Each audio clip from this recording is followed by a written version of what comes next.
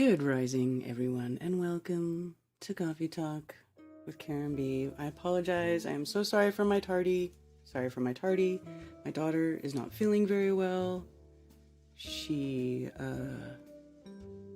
really isn't feeling good, and so I've almost didn't even stream because I wanted to make sure she was okay. But she assures me she is. So I don't know, maybe I will just do a shorter stream today, although every time I say that I go long, although today I don't really think I will, because I don't need to take care of my daughter. And anyway, let me just finish my stupid eyeliner so that I can stand looking at myself on the screen like I actually have eyeballs. How's everybody doing this morning? Alan Korzep, Scott Hunter, Psyop within a Psyop, Rose of Crow, 777, Ashley Knopp over there on Rockfin. On Rumble, I see Matrix 6, and hello to whoever else is watching on Rumble, and whoever else is watching on Trovo, on Twitch, and on Facebook. Good rising and good Moonday to all of you. What is the moon phase today?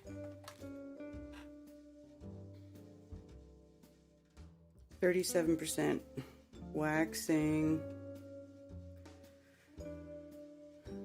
So there you go. Crescent moon. A little over a third of the way to the full moon phase. So that's nice.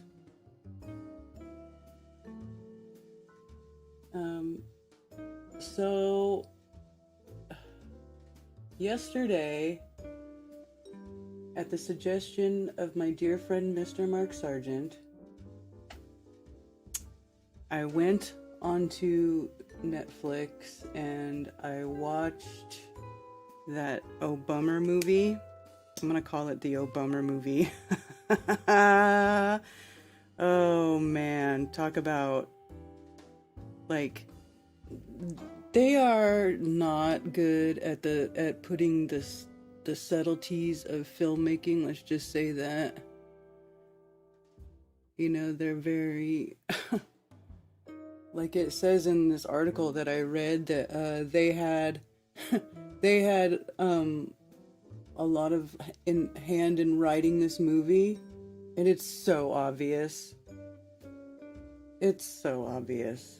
It's just not a good movie. Okay. It's just not a good movie. And the symbolism and they're not subtle. Like, it is total cringe fest. Total cringe fest. Ted watched it with me and we were just laughing. We were laughing out loud at this movie. Whenever they would put stuff would happen or they'd say stuff in it, we just started laughing at it. It was terrible. It's called this movie.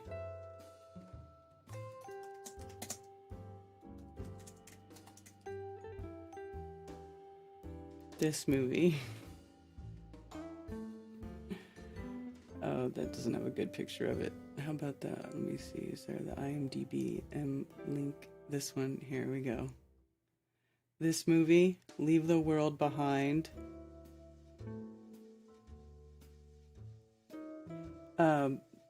It's got Julia Roberts, Mahershala Ali, Ethan Hawke, and Maya Law.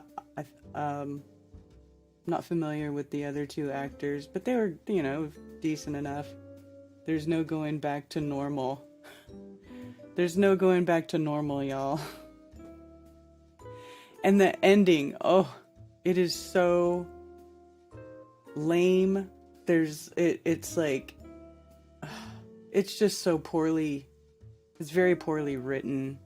It's very cheesy. It's just ridiculous. Laughing is good, I will say. I don't think they meant for you to be laughing, though. I don't think they meant for you to be laughing.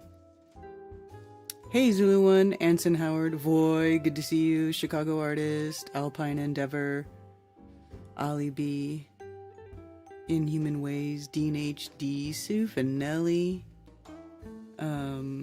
Dr. E. Vales,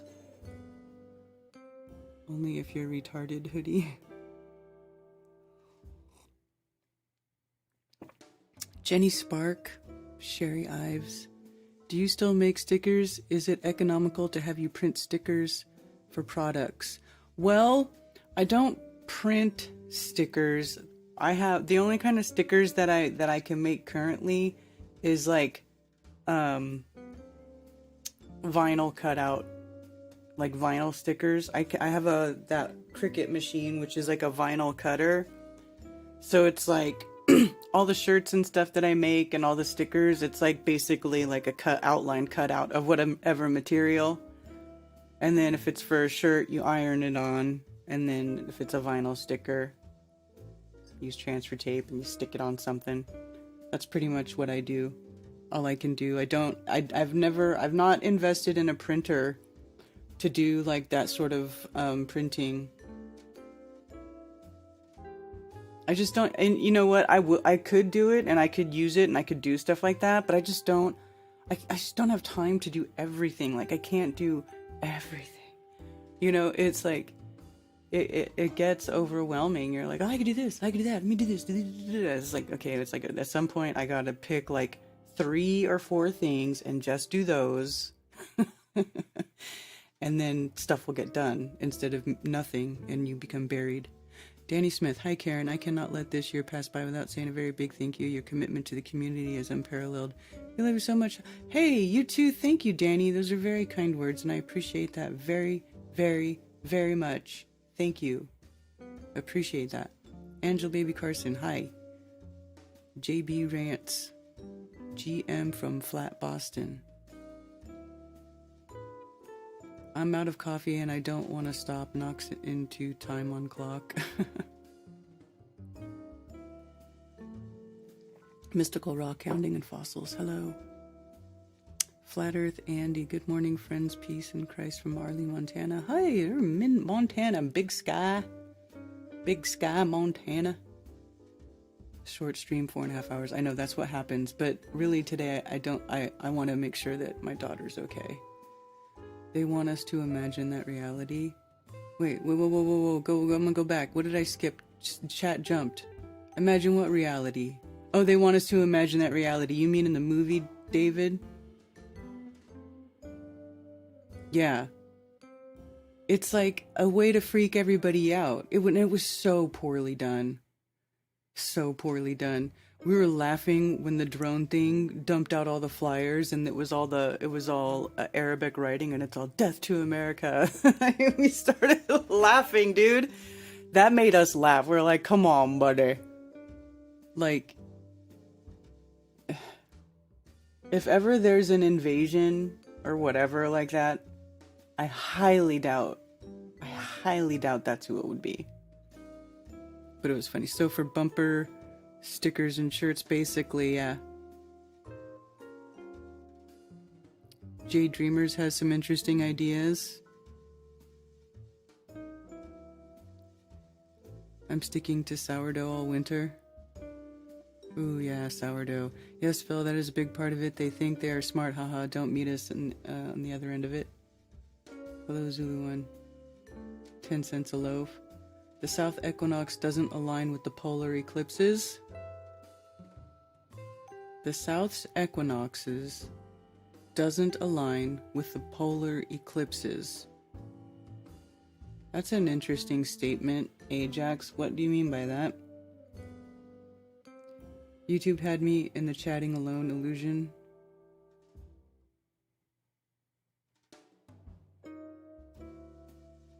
Good morning, Thunder Chicken. Saying what's empty?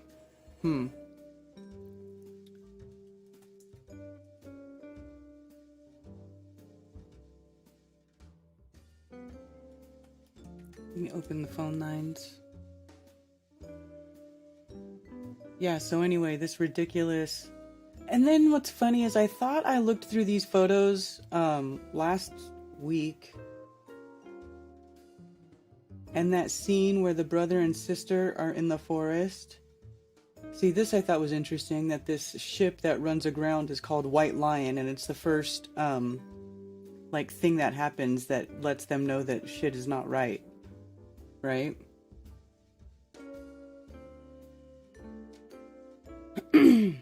Excuse me.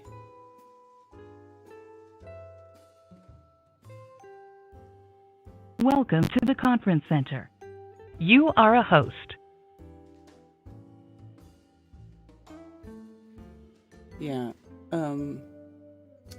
Anyway, it was really cheesy. If their intent with these shows that they put on, these films, is to try to get us to manifest stuff like this, or to like prepare us for stuff like this is a horrible attempt at it, in my opinion.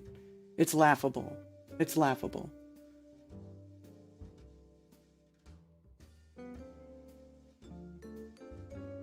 Shadow band. Did you see the trillion frames per second camera? MIT? No. Well, isn't that old?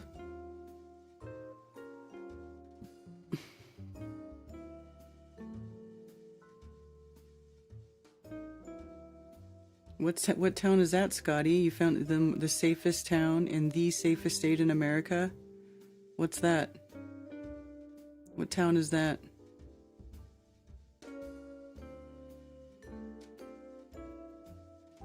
I'm curious.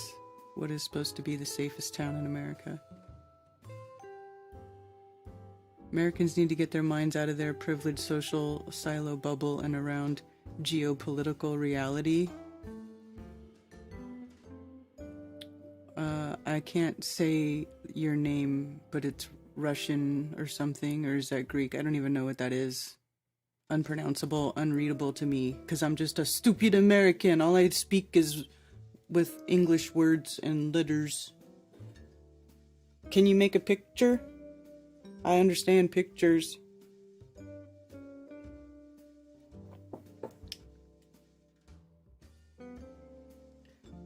Let me see if I can find that picture. You know what? And I don't even remember this scene. Oh, this is like a director person or something, I think, because that guy was not in the movie.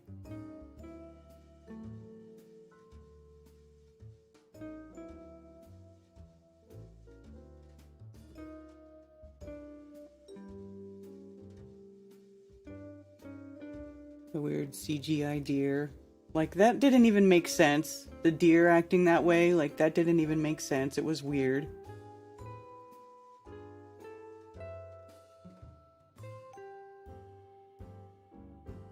Here's the crash Teslas. Is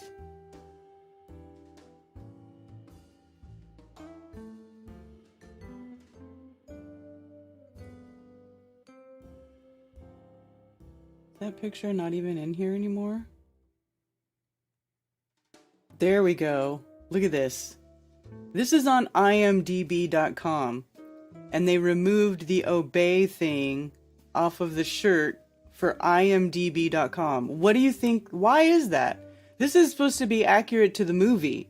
Now, I watched this movie, and that guy is wearing the obey shirt in this scene, standing next to his little sister wearing the NASA shirt. Like, it's very... It's only for like a second, too. Why would they go to the trouble to take this out for IMDb? It's weird.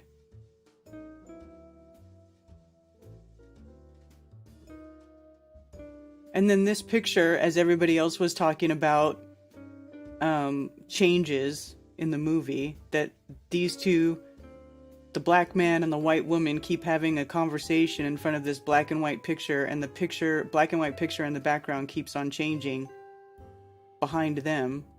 It's weird. See, here you can see that he's wearing the obey shirt, but it's blurred out. Right?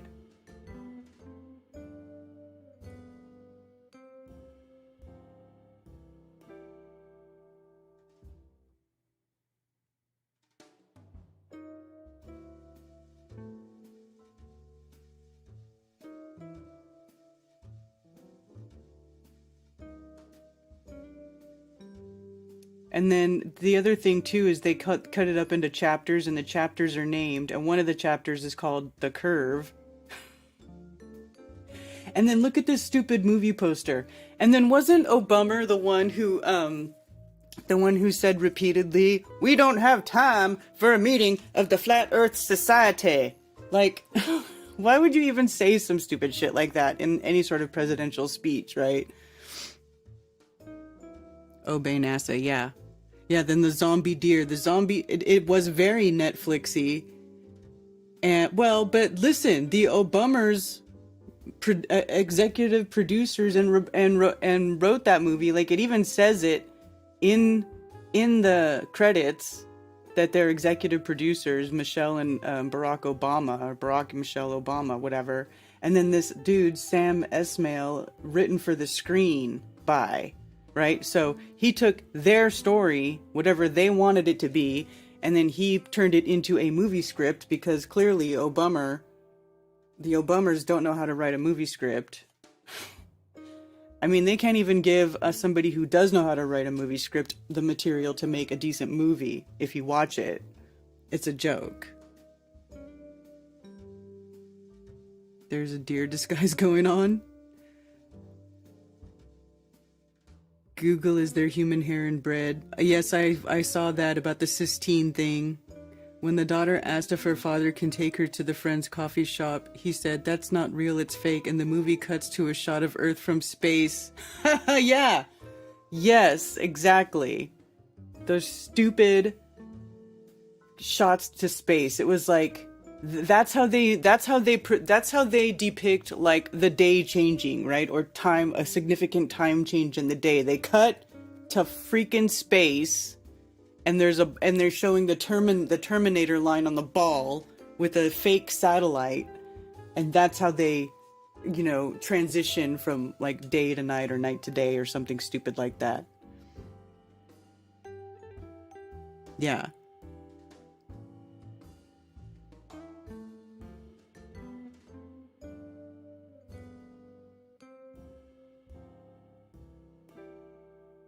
It's ridiculous.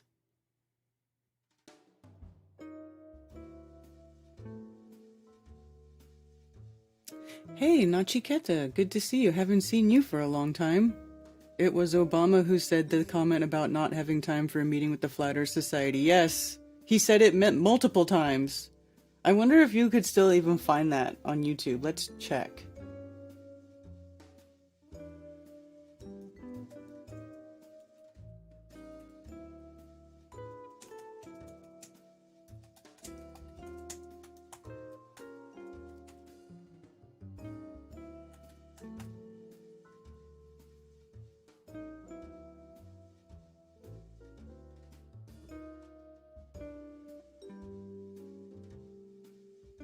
Do this every morning to clear stuck mucus. I'll spare you.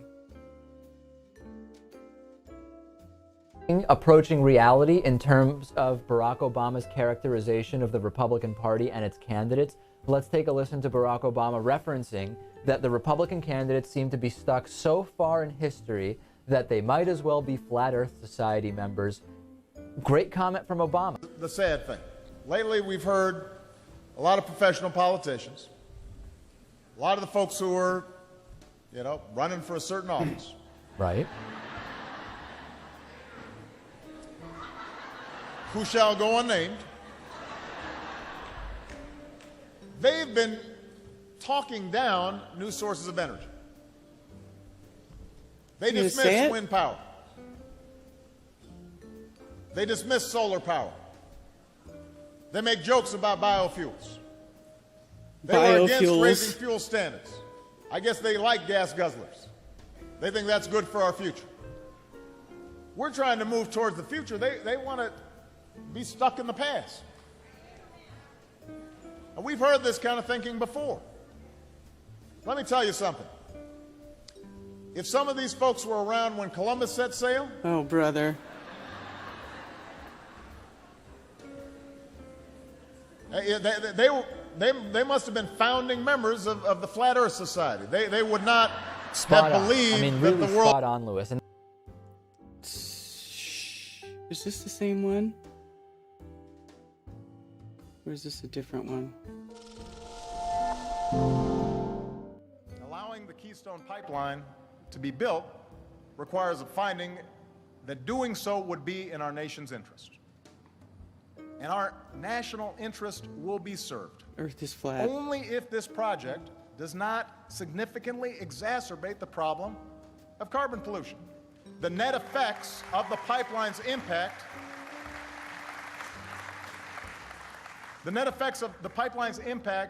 on our climate will be absolutely critical to determining whether this project is allowed to go forward. Americans across the country are already paying the price of inaction. So the question now is whether we will have the courage to act before it's too late. And how we answer will have a profound impact on the world that we leave behind, not just to you, but to your children and to your grandchildren. As a president, Do I have to sit through this As whole a thing to father. get him to say it? and as an American, today, for the sake of our children and the health and safety of all Americans, I'm directing the Environmental Protection Agency to put an end to the limitless dumping of carbon pollution from our power plants and complete new pollution standards for both new and existing power plants. Did I skip it? Plan the Health and Flat Earth Society. Oh my god, I skipped it. And as an American, I'm here to say we need to act. We don't have time for a meeting of the Flat Earth Society. Fuck's sake. Boy, they make you sit through a lot of bullshit to see it.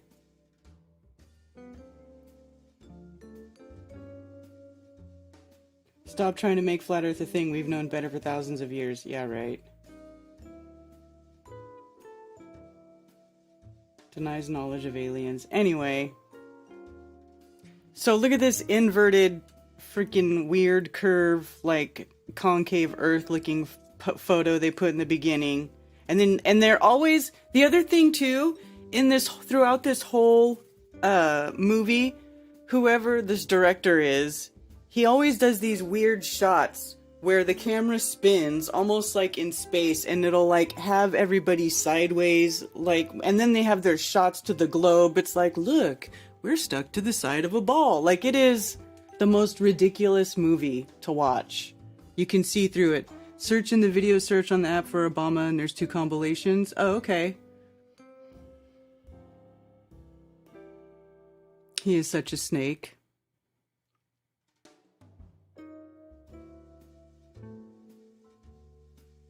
The Tesla scene was hilarious. It was hilarious. Because they're sitting there and they realize they're all brand new Teslas, and all the Teslas got programmed to go crash on the freeway and block everything.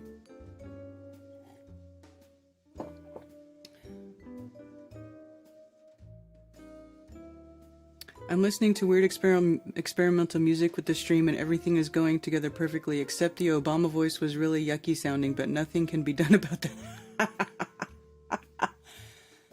What music is it, Rose? What are you listening to? Because if it's any sort of like healing sounds or healing music, I'm all about, I love stuff like that.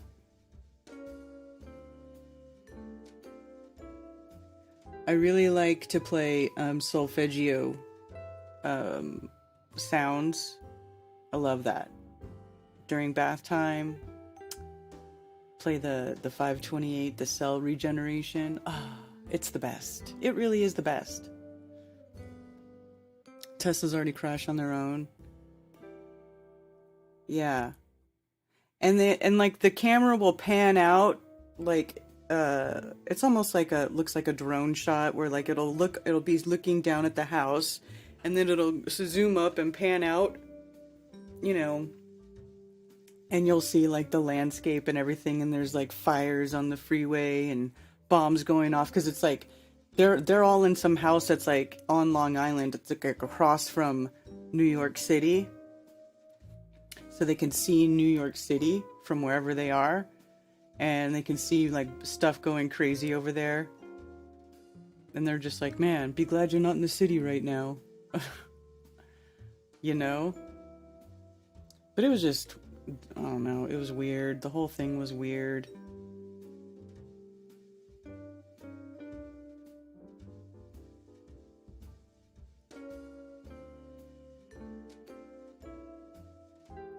Not setting YouTube's chat is not set to all messages. Yeah, I know. They do that. Oh, thank you for the tip, Annie D. Appreciate you. I think I voted for Obama. I think Obama is the year I stopped voting when Obama ran. Western AZ here, California Nevada border seems way too gloomy. Yeah. It's like everywhere seems to be pretty gloomy on the country. Happy Moonday, Carrie. I watched this one over the weekend. I agree 100% about the deer. Loved how they made all the Teslas crash to block the exits. Just goes to show how bad movies are today. A lot of people think this is good, right? I wonder, it's only got a 6.5 out of 10 rating. That's not that great.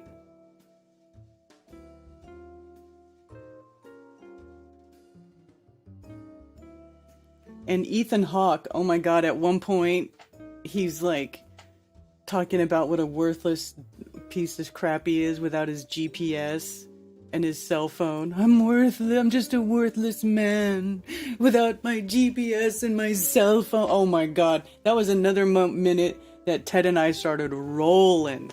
We were laughing. That one gave us a belly laugh because we're like, oh, look at the white man being weak. It was so funny. Look at him being like the dad, like the worthless dad. He can't take care of his children. Although, and then Kevin Bacon was in it, and he was like, you know, some country dude who was all like, get off my land, you know. But even he ends up giving in and like selling them, so, you know, whatever. Anyway, I don't want to ruin it for you in case you guys want to watch this dumpy ass movie, but it's like it's just so ridiculous.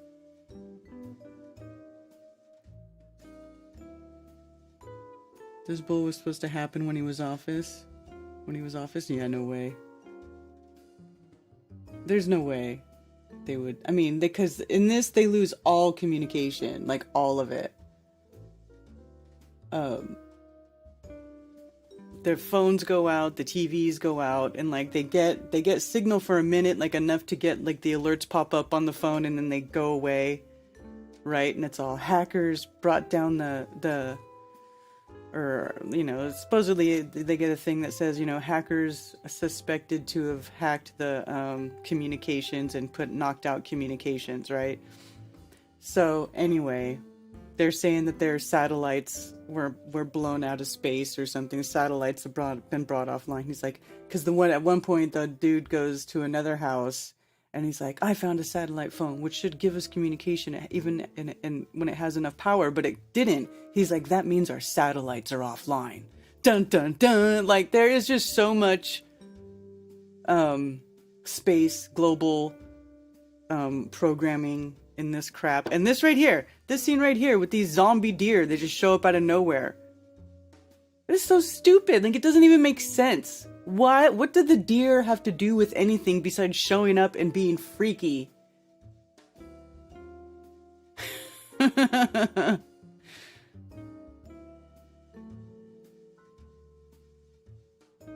Notice how in all films they pretend Con V never happened.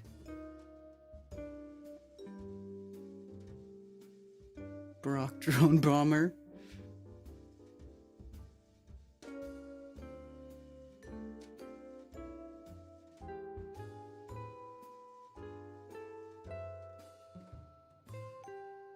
No, it's not healing at all. It's my friend Joey's Music Isolated Cockpit. He was the original singer of Gwar, and he just came out with a song called Dog of Tears.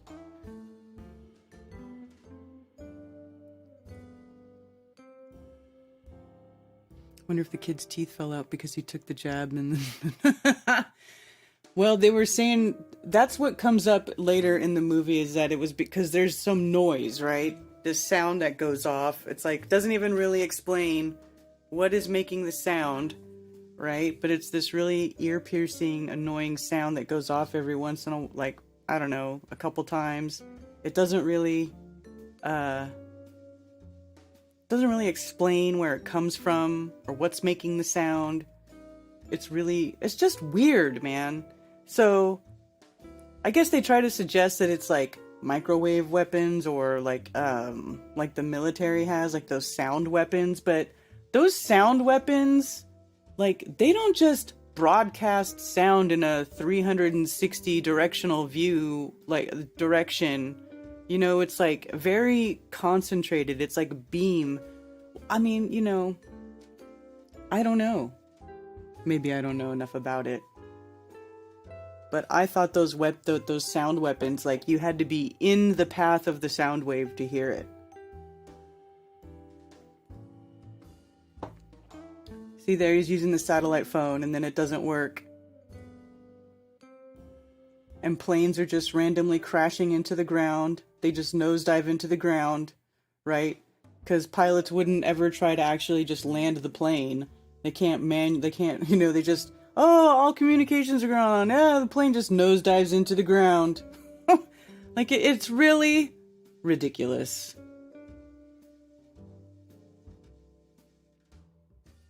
Won't be watching this one. Yeah, I really, don't waste your time. Like, pretty much what I'm telling you is how it is. It's laughable. It makes you just want to laugh. And yeah, and meanwhile, Zuckerberg is building a $300 million bunker in Hawaii. Yeah, what's up with that?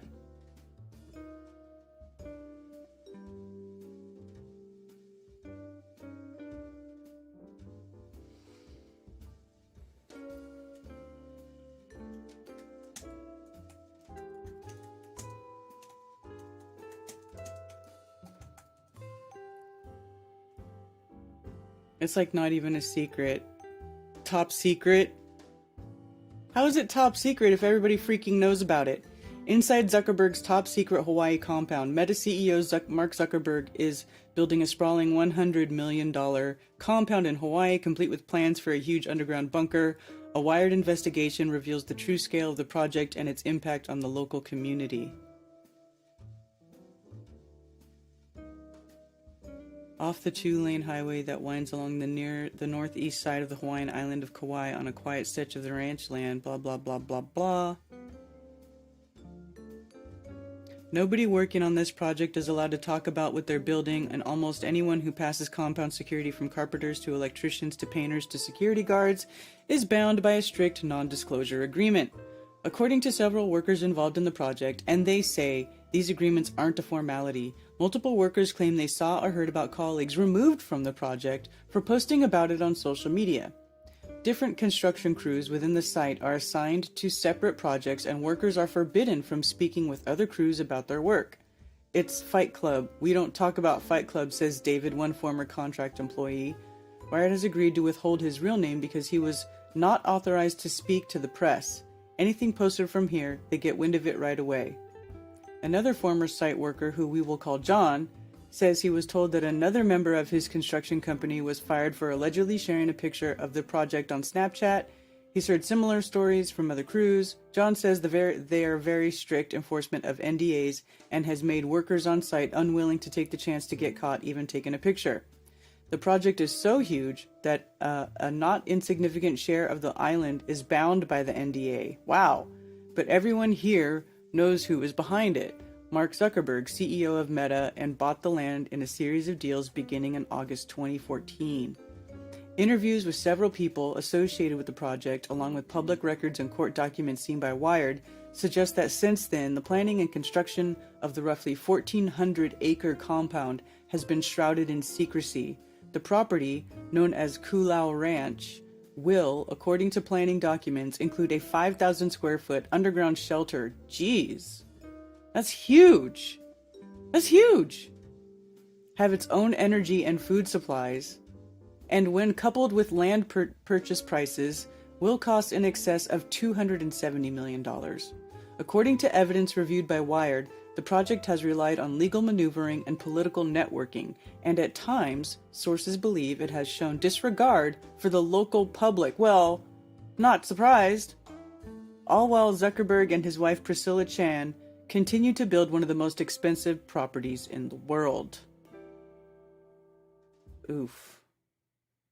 This is the front gate. That's it. The oldest and smallest of 4 main Hawaiian islands, Kauai is a tight-knit community of about 73,000 people. This is on Kauai? Its residents are the descendants of native Hawaiians along with Chinese, Japanese, Filipino, and Puerto Rican migrants who came to work the sugarcane plantations in the late 19th and early 20th centuries.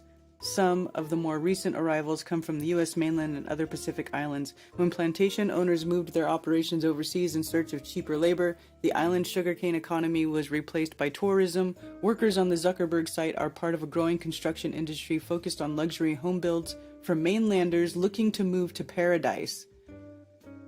Though tourist-centric development has transformed much of the island in recent decades, Kauai maintains a small-town feel. Kauai is supposed to be the Garden Island. Older residents still remember a time when there was only one traffic light. The second was installed in 1973. Wild chickens and feral cats are everywhere. Locals surf and fish off the beaches or hunt pigs in the mountains. People know their neighbors. With NDAs forbidding workers from discussing the project, the secluded North Shore compound has gained a mythic status on Kauai. One local architect, unaffiliated with the Zuckerberg project, jokes that it reminds him of medieval rulers who, according to legend, killed the architects of their most ambitious projects so the secrets of their designs would die with them. Whoa! You know what? This could explain the secrecy behind a lot of construction techniques from those times. I would not doubt it. Dead men tell no tales.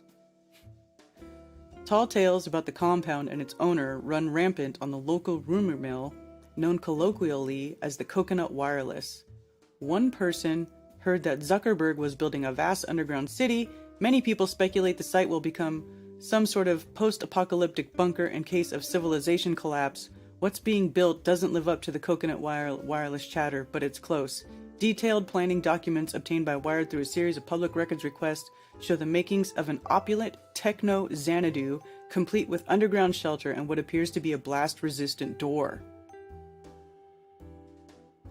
According to plans viewed by the development, the partially completed compound consists of more than a dozen buildings, with at least 30 bedrooms and 30 bathrooms in total. It is centered around 2 mansions with a total floor area to a professional football field, 57,000 square feet, which maintain multiple elevators, offices, conference rooms, and industrial-sized kitchens. 30 bedrooms and 30 bathrooms. There's your 33. In a nearby wooded area, a web of 11 disc-shaped tree houses are planned.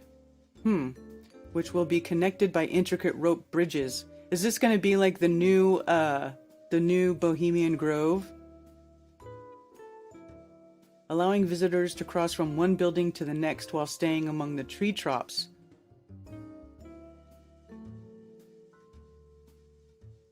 Oh, YouTube is buffering me out. Stop it. Stop it. What is your take on this BS? The guy repeats stuff like he knows it for sure. So sad. Son's possible long-lost twin. I'll look at that in a second.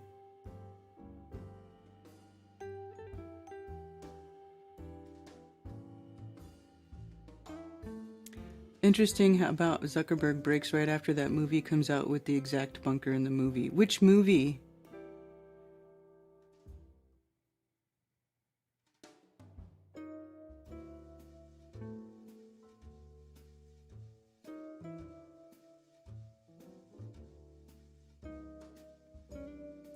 What was that movie? There's a lot of interesting stuff going on right now, like with the movie that came with the Leave the World Behind, right, coming out with like this sort of like this like apocalyptic scenario of where the whole grid, the communication grid goes down and nobody can talk to anybody or get anywhere, and bad things are happening. And then also there's another movie coming out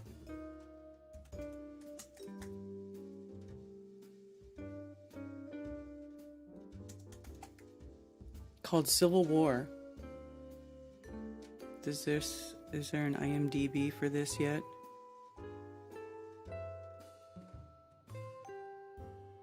No. But there's this Civil War release date trailer and other things we know about the A24 movie. It's a movie with Kirsten Dunst, whose previous directorial efforts, Ex Machina, Annihilation, and Men, all of which came after he made a name for himself writing movies like 28 Days Later, blah blah blah. Anyway, most frightening movie yet called Civil War. The upcoming A24 movie, which is led by Kirsten Dunst, Nick Offerman, several others on multiple sides of a massive conflict between the American government and the rebel states, looks to be up there with everything else Garland has made over the years. So it's about a civil war that happens in America. And it's funny, if you go watch the trailer, it's the states that get together and go against the government.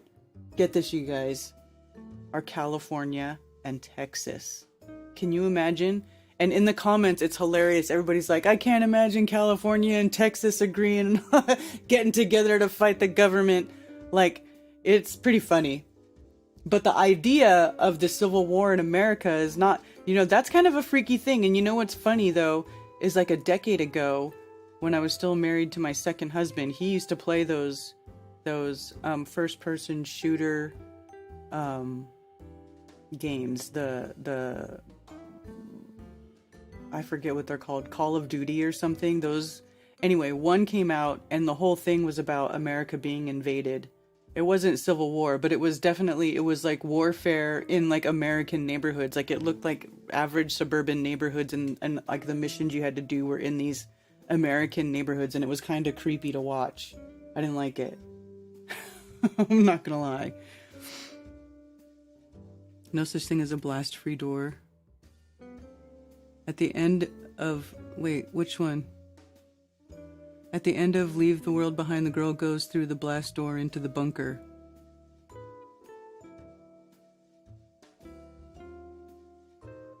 Really? Because I don't remember that.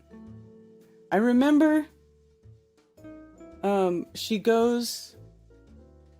Is that what it is? She goes into she's in some house. She goes to a different house and starts eating the food in there, and then she found a Friends series DVD, and she starts watching the last episode of Friends. And that's how it ends. And I'm like, really? Like, that's it?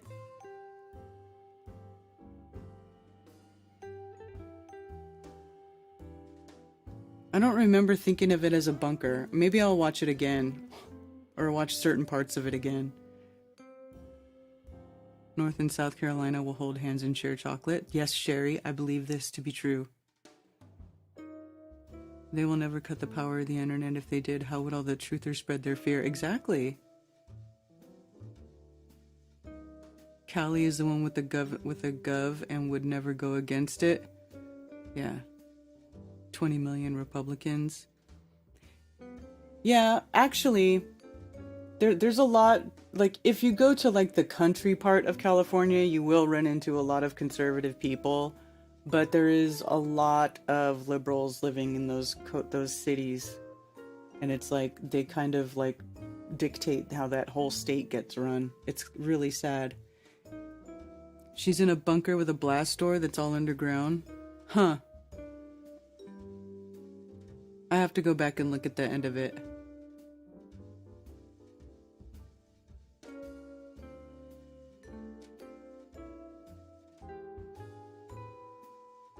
He fell asleep halfway through the movie. Because it's retarded.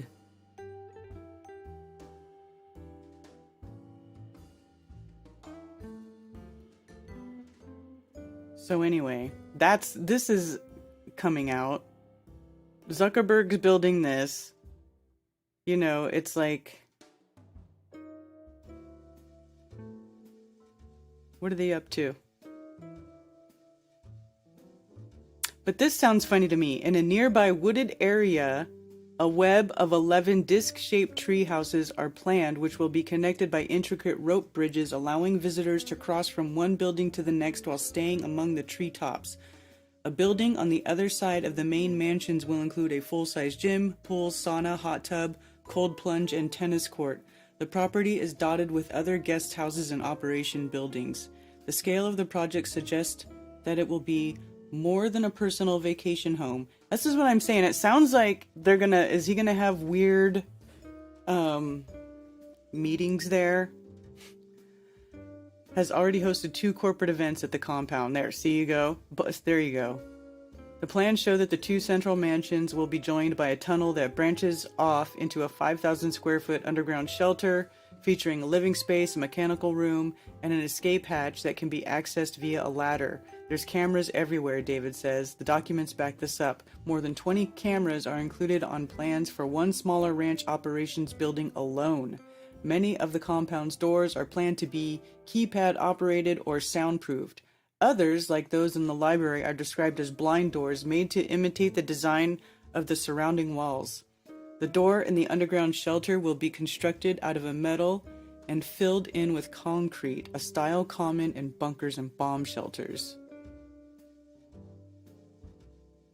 According to sources and planning documents reviewed by Wired, the compound will be self-sufficient with its own water tank, 55 feet in diameter and 18 feet tall, along with a pump system. A variety of food is already produced across its 1,400 acres through ranching and agriculture.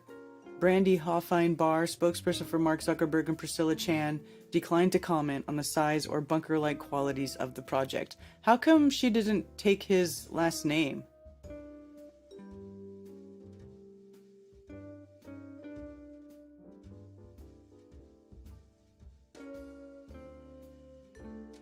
A guard tower overlooks Larson's Beach and abuts the Zuckerberg property.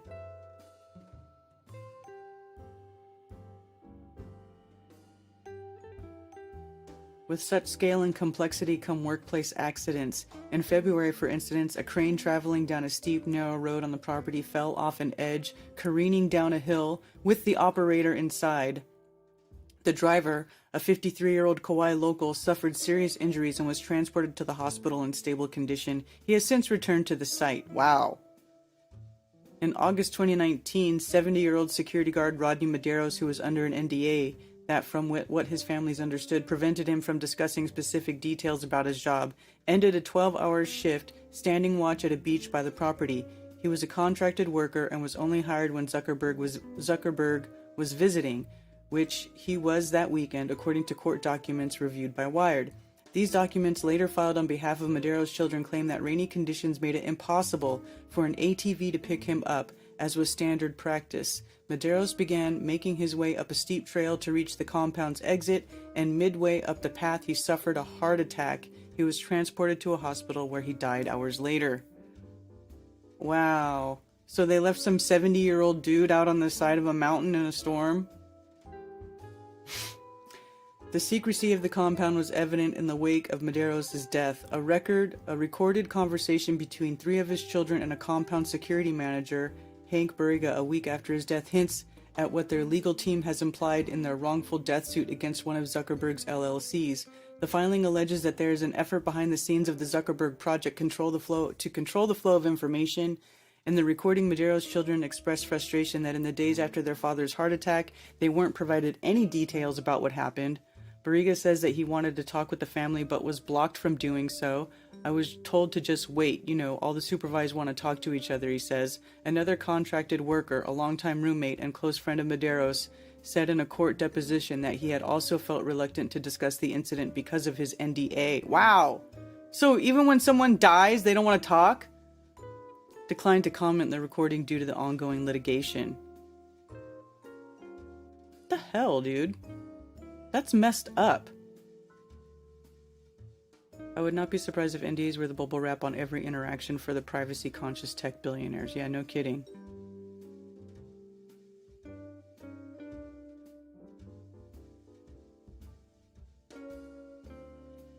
Ritual killings abound. Certainly if such mayhem came to this country, it would be the end of Friends. Everyone in it for themselves, like the girl did. God always laughs at their plans. Disc-shaped treehouse is a code for sphere-shaped. What ISS movie? She needs to have her own name. She's going to be a star. What are you talking about?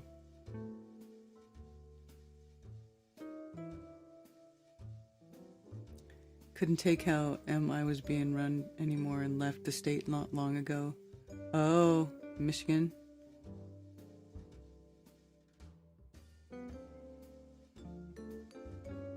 Play this trailer.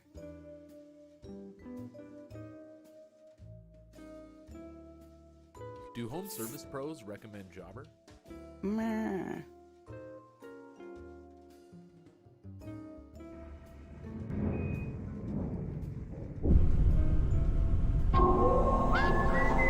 From all of us down here in Mission Control, welcome to space. The Russians always knock 3 times. I think it's just a superstition. Oh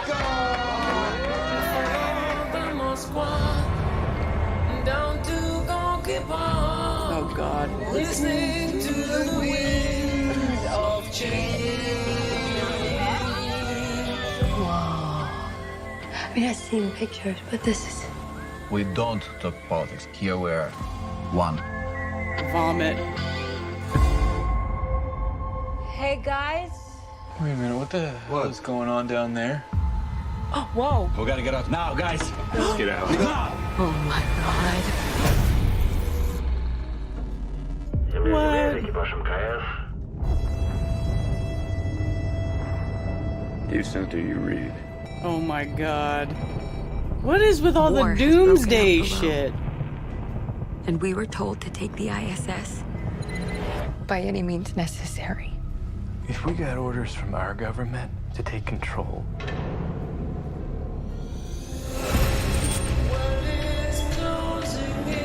What do you suggest we do now?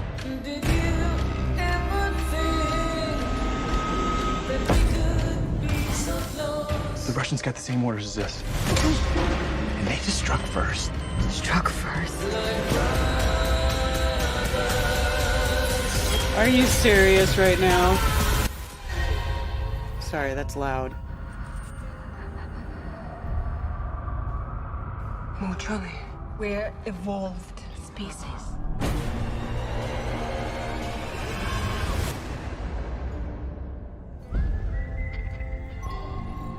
So stupid.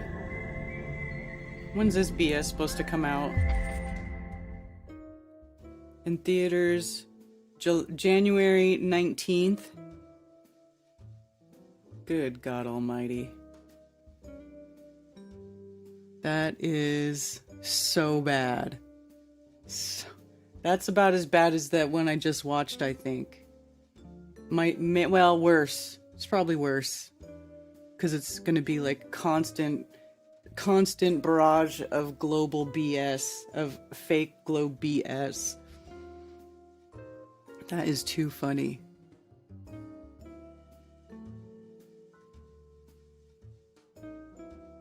Woke up to snow on the ground. Looks so real. Too funny. All new films suck. We're supposed to hate them, right? Why is there a kitchen knife in the ISS? Dude, I don't know. That is so cheesy.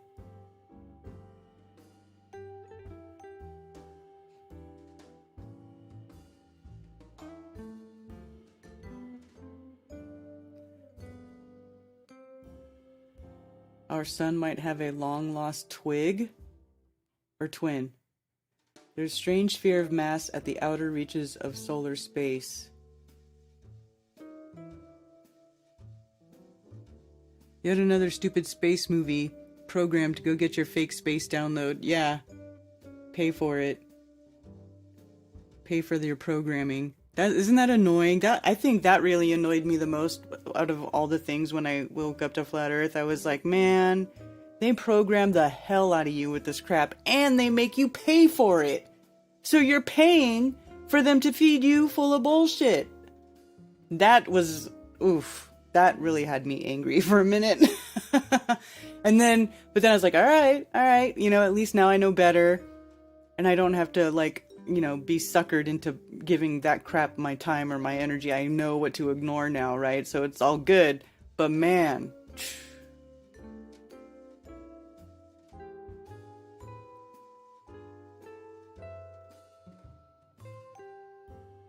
I haven't been able to watch a movie in 10 years. Yeah. You know what? They're fun. It's funny. It's funny now,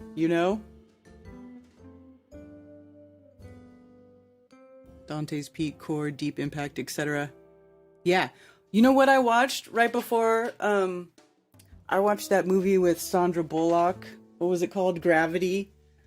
I watched that movie and I was like, oh, that is such a good movie. And then not long after that, I went and watched some Flat Earth videos and I was like, oh, they got me. It'd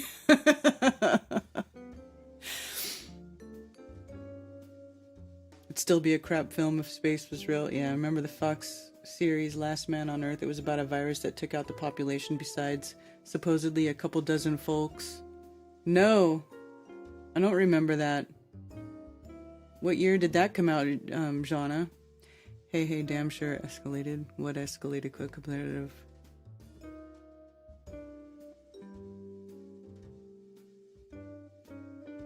Yeah.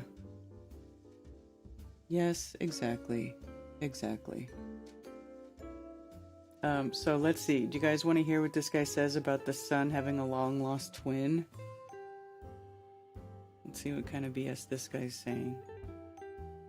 Can I hear it? Around us. Our solar system is surrounded by something called an Oort cloud, a vast region full of ice and debris that's much bigger than the region that includes all the planets. An Oort cloud? Oort cloud? Extends halfway to the nearest star. It has 100 billion objects in it, researchers think.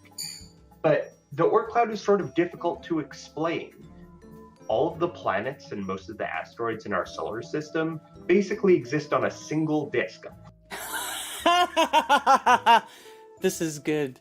This is funny. A flat plane. And the reason for that is that they formed out of a disc-shaped cloud. So they're all kind of on a line with each other. But the Oort cloud isn't on that plane. Why? The Oort cloud is a sphere, and we know it's a sphere because the evidence for it is all the comets that come out of the Oort cloud and into our solar system, and they come in from just all sorts of directions. But not down from up, or up from down, you know what I'm saying? You always see them going this way and that way and this way and that way, but they're never going this way. But there's no good way, based on models of how our solar system formed, to really explain how all those objects got there. Wait a minute. Now, let's just go back. Now, this guy contradicts himself. Check this out. The Oort cloud is a sphere, and we know it's a sphere because the evidence for it is all the comets that come out of the Oort cloud. Oh, you think it's a sphere? Wait, hold on. It's on a single thing. But the Oort cloud is sort of difficult to explain. All of the planets and most of the asteroids in our solar system basically exist on a single disk, a flat plane. And the reason for that is that they formed out of a disc-shaped cloud. So they're all kind of on a line with each other. But the Oort cloud isn't on that plane. The Oort cloud is a sphere, and we know it's a sphere because the evidence for it is all the comets that come out of the Oort cloud and into our solar system, and they come in from just all sorts of directions. But there's no good way, based on models of how our solar system formed, to really explain how all those objects got there and got into that arrangement. Avi Loeb, a researcher at Harvard University known for wild and exciting ideas about how space works, wrote an Wild and exciting ideas. Oh boy, people love their wild and exciting ideas. Doesn't matter if they're true or not, it's just wild and exciting. And we do see that on both sides of the camp. Let's just say that. in a new paper with his student Amir Siraj that Oort cloud, that vast sphere, that mysterious vast sphere full of stuff we can't explain, might be a footprint of a long-lost binary twin of our sun. Now, binary stars are pretty common in space. Two stars just that form together or get captured by one another and end up orbiting around each other, orbiting a common point between them. And if our sun had a binary twin when it was born in this birth cluster full of stars that gave birth to our sun and many other objects and would have been full of stuff, working together, their gravity would have done a much better job of collecting debris into an Oort cloud around each star. At least that's what Loeb says. Now, we don't know for sure if this binary twin existed, but Loeb said it would do a much better job of explaining the Oort cloud than any models of how our solar system evolved. Oh, really? Of how our solar system evolved? Than any other bullshit story? That just have the sun by itself. The good news is that there's actually a way to test whether this is true. One of the reasons that Loeb began wondering about this is a lot of scientists believe that there's actually a ninth undetected planet in our solar system drifting somewhere way out beyond Neptune, deep in the solar system, in the region of the Oort cloud. Right. And the reason scientists think this is that objects beyond Neptune are sort of clustered as if there's some sort of tugboat out there pulling them into formation with gravity. Now, if that's true, if there's a big heavy planet out there, and it would be pretty heavy, scientists think it has like 5 to 10 times the mass of the sun, then that's even harder to explain. How did a planet get out there so 5 to 10 times the mass of the sun, and oh my god, dude. You know, it's really hard. It's so hard to sort of try to peel away that nonsense that they love to wrap everything in. Oh my god. Just ridiculous.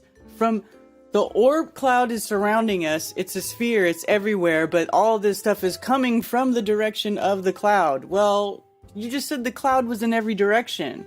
So you don't know shit. This is like, they do this all the time. It's just circular talk.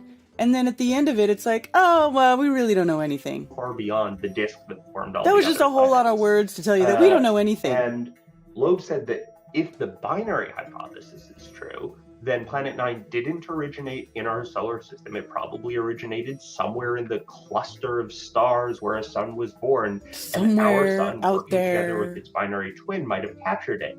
But it Might wouldn't have. have just captured Planet 9. It would likely have captured many, many other dwarf planets. You know, small planets that don't quite reach the full planet classification, but are on the size of Pluto or Ceres or these objects we do see around our solar system. And if there are lots of dwarf planets out there in the Oort cloud, there's really no way our sun could have done that on its own. It would have needed a binary twin, at least according to Loeb. God, this is such a load of crap. Future telescopes, How long does this go on? particularly a telescope called the LSST, that are coming online in the next few years that are going to do a really good job of doing big scans of the sky, might be able to detect not just Planet 9, but also these other dwarf planets, these dim points of light drifting in this vast region of space. God. And Just there's a twin? stop. No. I can't listen to this guy anymore. I just can't do it. He needs to shut up. Go away. Doesn't he know the sun is local? They're just making shit up. Making shit up.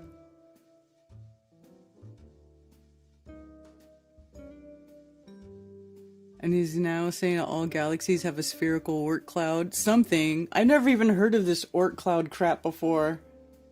And so the sun's possible long lost twin. So is that what they're thinking? This planet 9, this mystery planet. You know why they have a mystery planet? Because none of their observations actually match what they assume what they try to tell you that this universe is. It doesn't match. It's just like the Michio Bukaki guy says that they're off by an order of 110 to the 120th power or something. They're off by order of magnitudes. They don't know anything. Anytime you watch, and if you watch any of these space videos from the beginning to the end, it always says, it gives you this crazy fancy story about what they think is happening, and at the end, oh, but we don't really know. We need to do more tests, and we need to build more telescopes, and we need to look at the sky a little bit longer so that we can really know for sure. You know, like, that's what it is. And it's very similar, actually, to this article. And they do this. This is how mainstream science is. They just tell you some stupid story, some cool story, bro. And then actually, what's there is nothing of consequence. So, like, Kyle shared this. Amazing holiday deals are happening now. This video here: deep bore into Antarctica finds freezing ice, not melted as expected.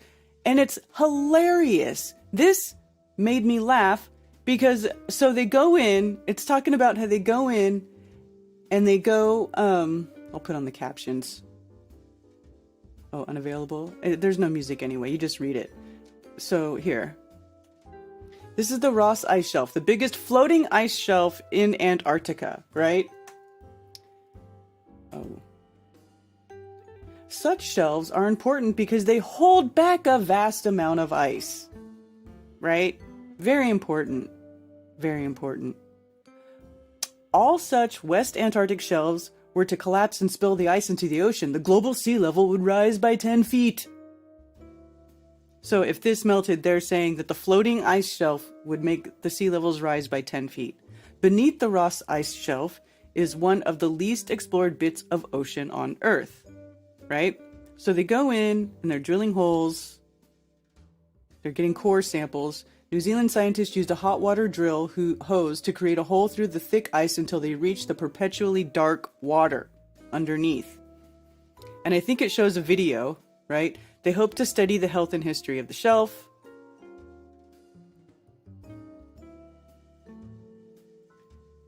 So here they're going down the hole, right? Their findings surprise them. What were they surprised to find?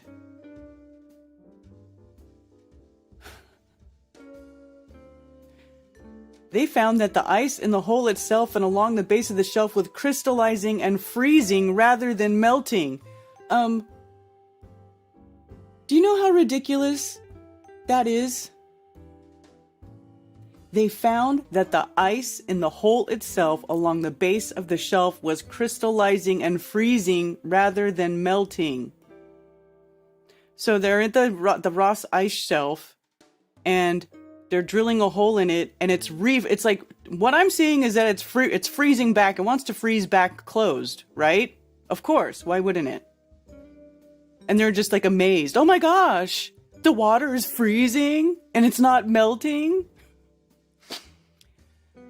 So measurements will be taken for the next few years to see how the Ross Ice Shelf is changing over time. So it's not melting like we thought it was because of global warming and how, we want to scare you with our global warming and tell you that if this ice shelf melts, it's going to make the oceans rise by 10 feet, even though, like, that's a ridiculous notion, because if you take a glass full of water or a glass full of ice and then you fill that water or that glass with water, and the ice melts, does the glass overflow with water?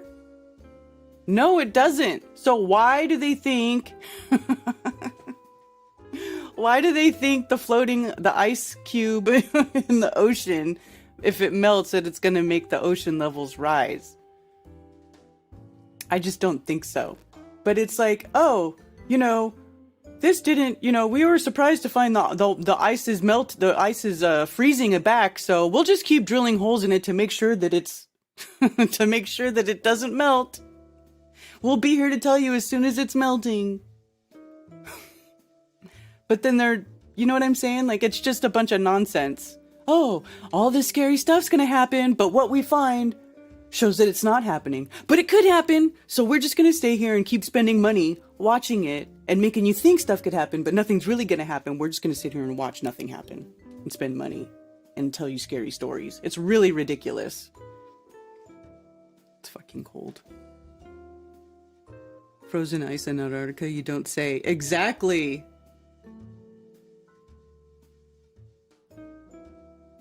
Need to hop on YouTube Premium. Why would I don't want to give YouTube money. Actually, I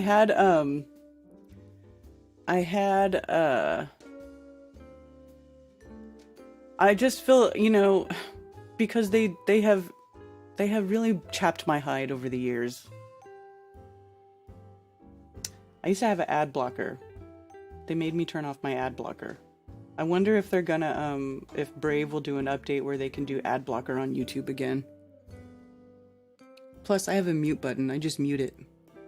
Colonoscopy footage. I'm going to drill through an ice cube to see what happens.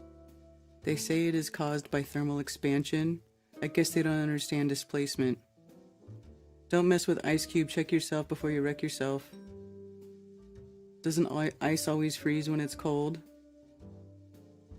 God laughs at their plans. Yeah.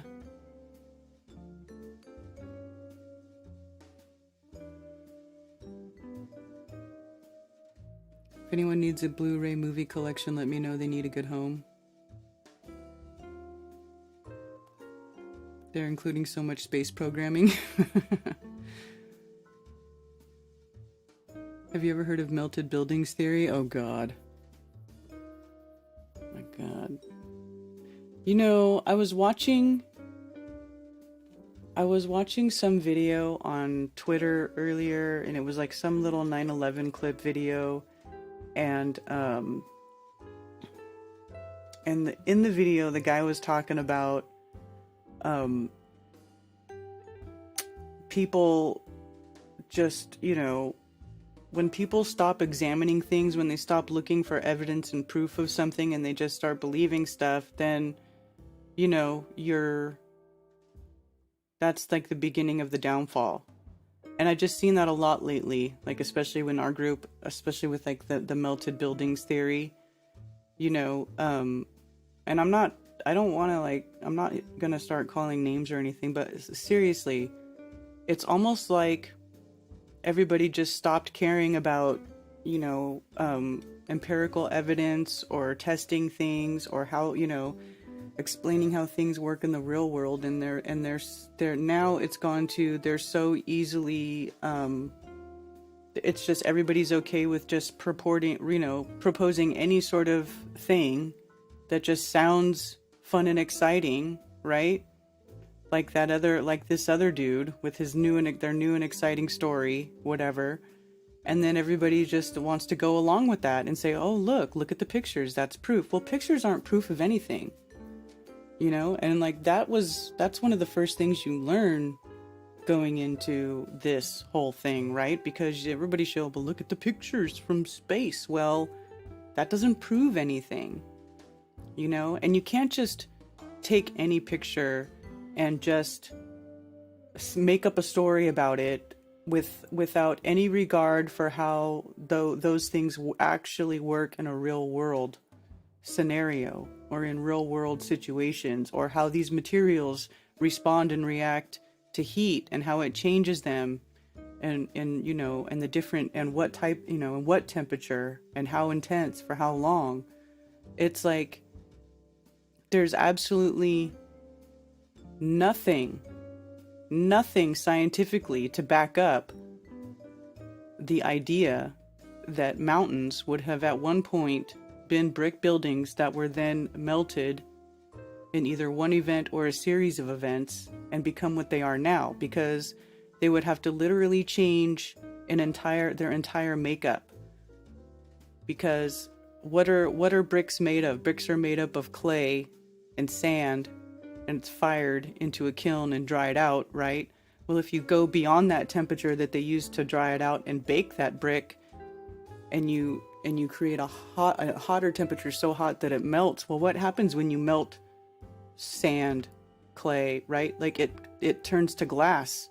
So you would literally, at the very least, have to have mountains of glass, or partial mountains of glass, which we don't see, you know, and and I've already gone over this many, many other times about all of the stone quarries. I mean, just look up stone quarries.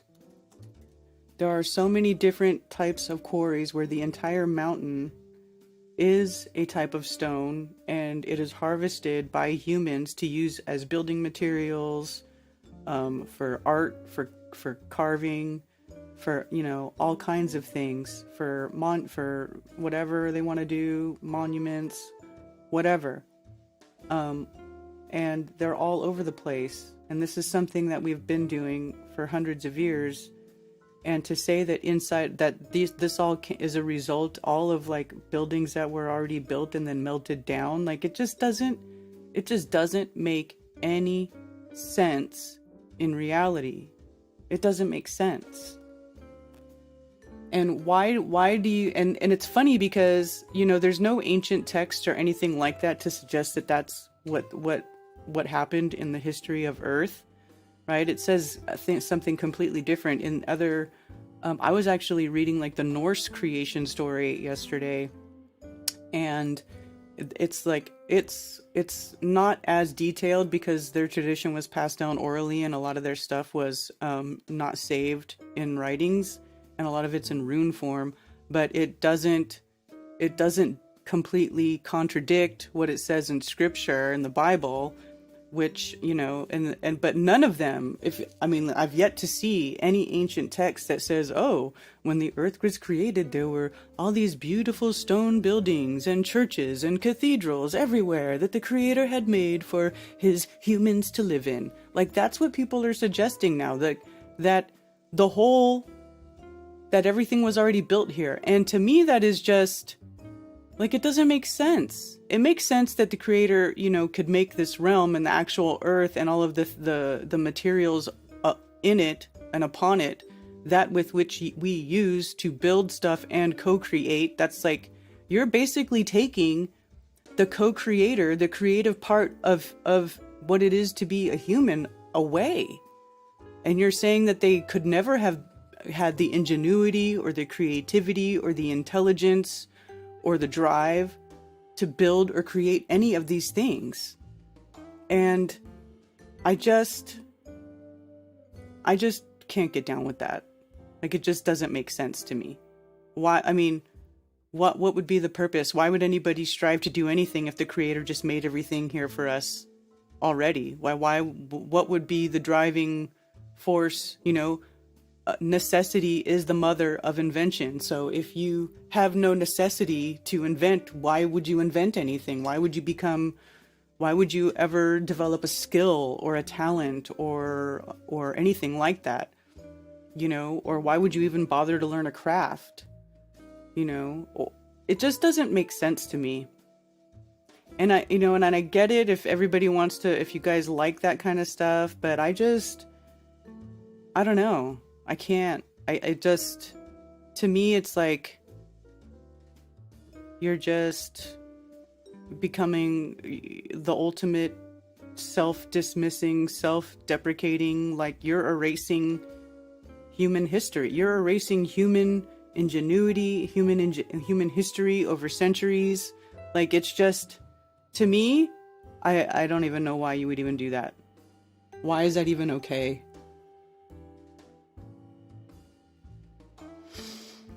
These never melt anyway.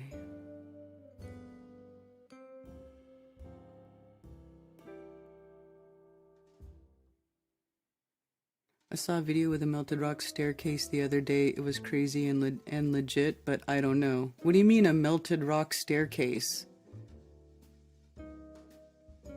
See, and here's the thing.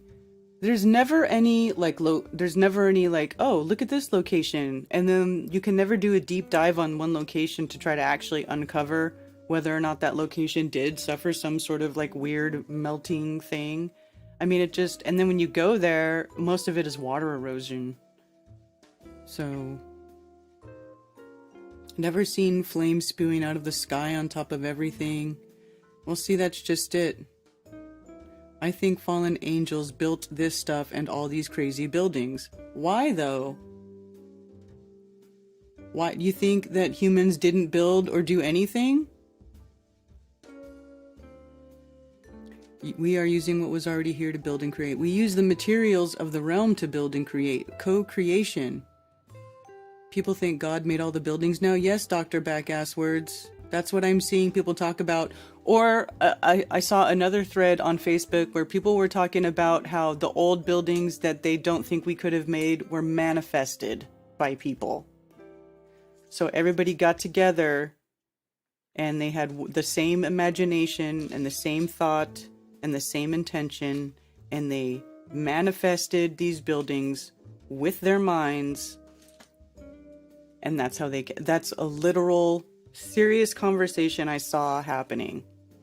And I don't understand like where does that, what is that? I mean, is there no physical rules to the realm at all now? Are we just going to deny all of reality and deny that sometimes you actually have to put in actual physical labor to do stuff? Like you can't just dream about shit and have it be there?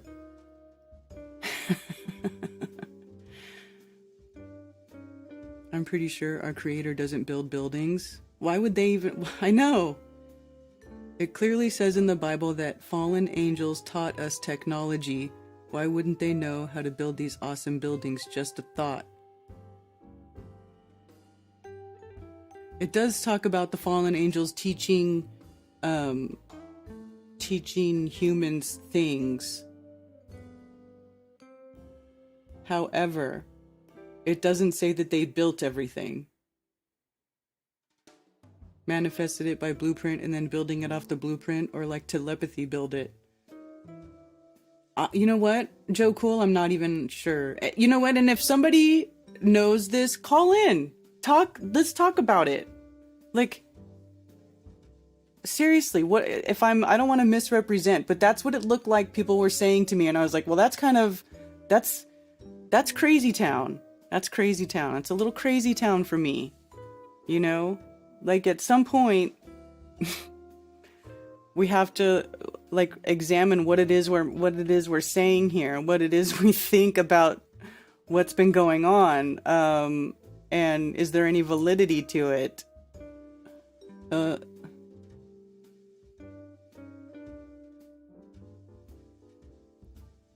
We just clean the place up.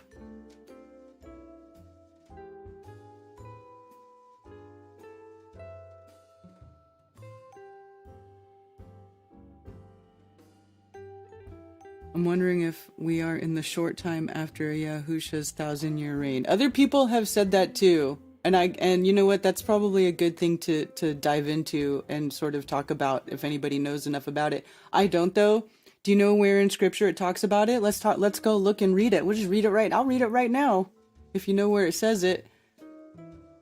The short time. Let me see if I can find it. Let's see, where in scripture does it talk about the 1,000-year reign?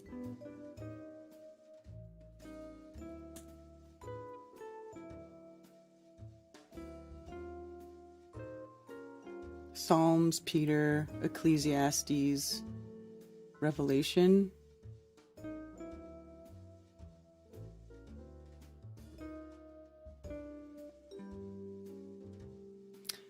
Revelation.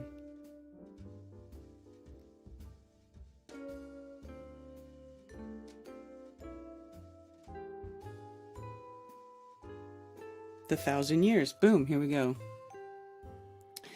And I saw a messenger coming down from heaven, having the key to the pit of the deep and a great chain in his hand. Well, wait, let's see. Does it say anything before this? Marriage, the rider on the white horse.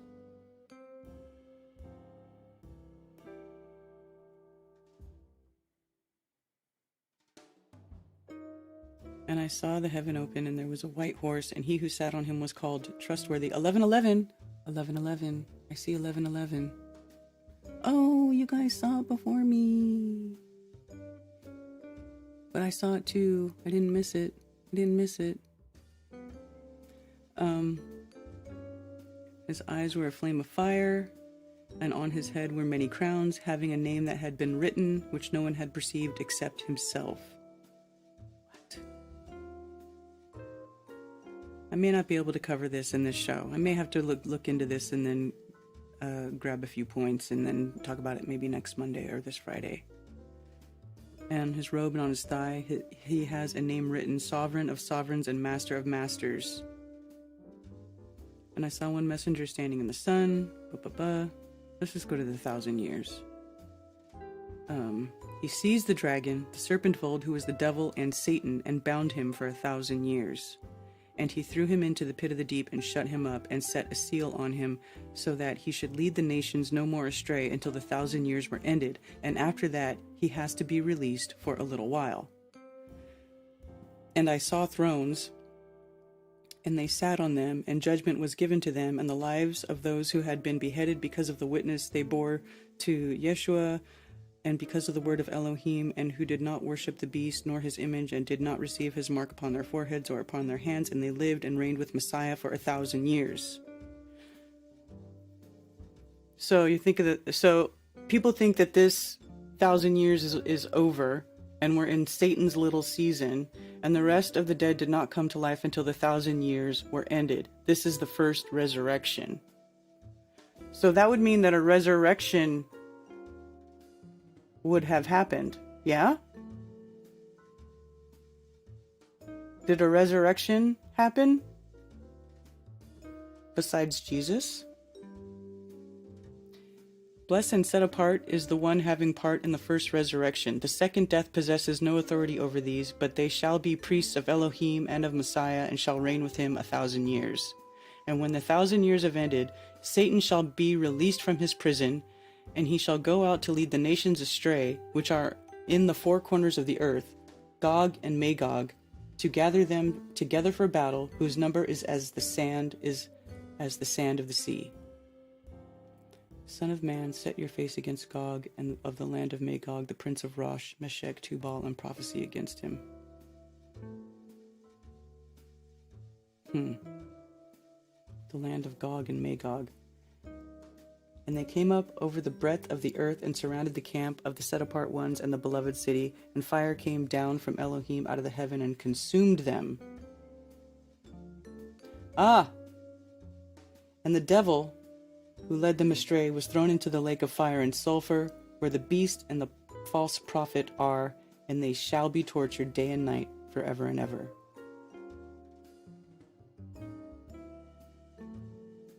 The defeat of Satan.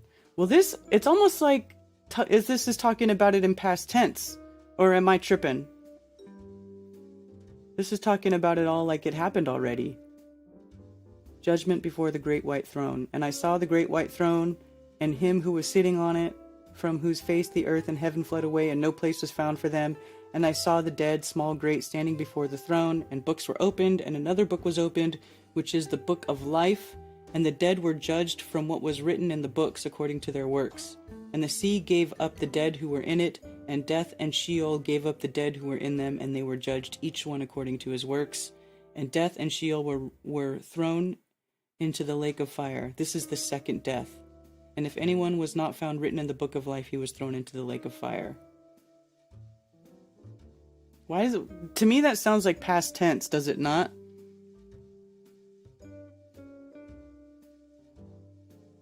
That's an American invention. It hasn't happened yet. It's going to happen, but interpretation is key. Thank you for calling Coffee Talk. You're on with Karen B. Hey, Karen. How are you? Hey, good. How are you? Yeah, okay. Just on, I texted you the information about Tom. I don't know if you want to read that out for everyone. But Tom, he passed away Thursday, late night, this past Thursday, after a long struggle with cancer. His wake is today at 5 in Knoxville, but I don't think I can make it. It's 5 hours away. Yeah. Tom. But anyway, I just want to just say that. Go ahead. That's okay. I was just reading his name. Go ahead. Yeah, I just I just wanted to shout him out, and he's a great guy.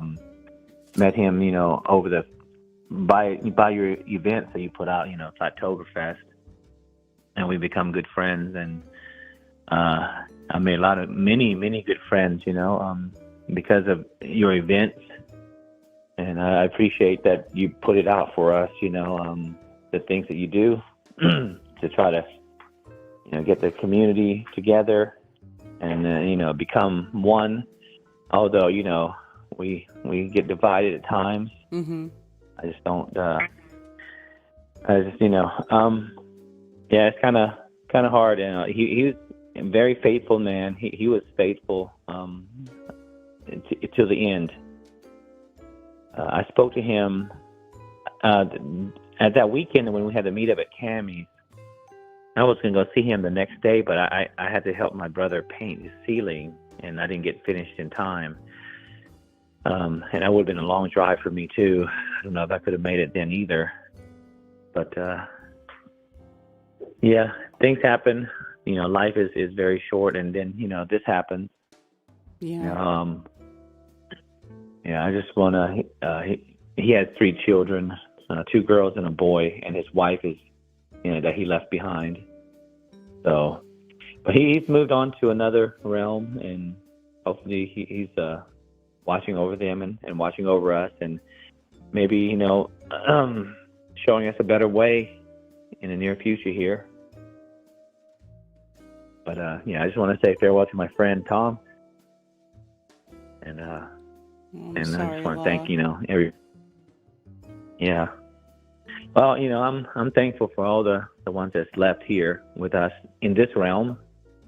People like you, the Kakalaki crew that I have, Tommy, Vinny, brothers and sisters I picked up along the way that actually are closer than my brother and I at this moment right now.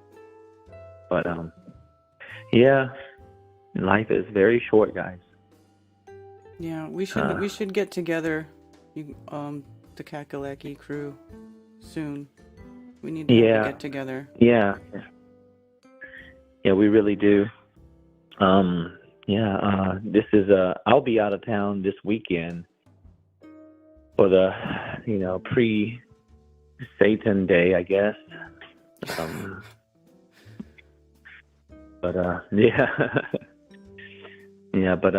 me know when you guys want to get together.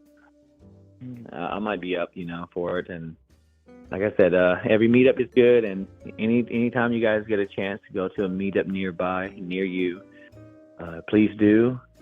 Shelly is starting her meetup in Florida on January 7th again, the first Sunday of every month. Yeah, so she has a lot of people who contacted her. So I want to shout, Shelly out for just trying to, keep people together and keep things going, keep our friendships alive and connect more with other people that we've never met who are awake. Because it's hard, and even though we're growing, it's hard to find people who know the truth. As many blue dots as we have now, like you said before, it's worse than trying to get cats, group a bunch of cats together. It's worse than that, right? Yeah. To herd cats. Mm-hmm. I mean, every time we try to put things together, people say they'll come, and then at the very last second they don't show. And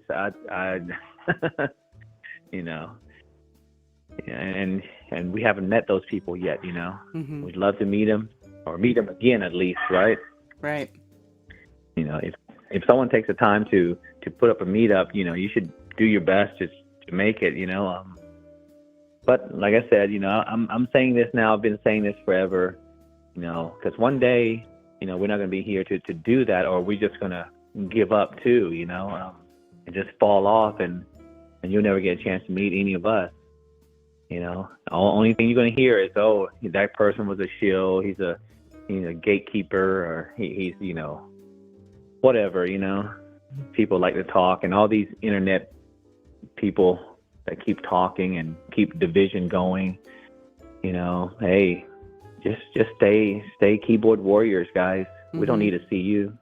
We need to see real people who, no matter our differences, just come out and meet us, and meet one another, and have bonds. Like Tom and I, we only seen each other at Oktoberfest and Solar Returns, but just those occasions, those couple of days in a weekend, we bonded, and we've spoken over the phone and on Discord, and then relationships like that, you know who your brothers and sisters are in this realm, right?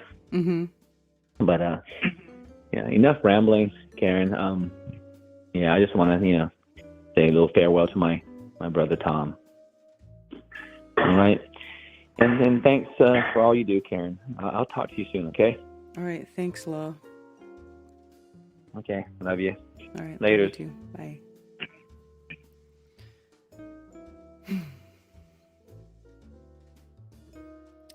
Yeah, that sucks. Rest in peace, Tom. Our friend Tom, gone.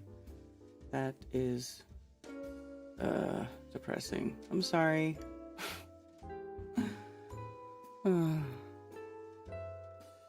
Hello everyone. I believe there is a castle in Scotland that shows melted bricks, vitrification. Maybe we don't know the old weapons they used to destroy these old buildings.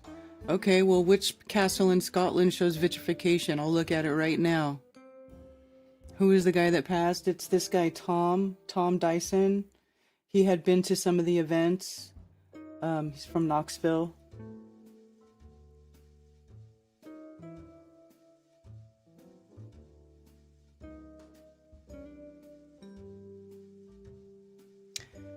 Thousand-year reign is after Judgment Day, the return of Jesus. This will be the new earth on all that died in the name of our Lord. We live free from the lies of the Satan for 1,000 years.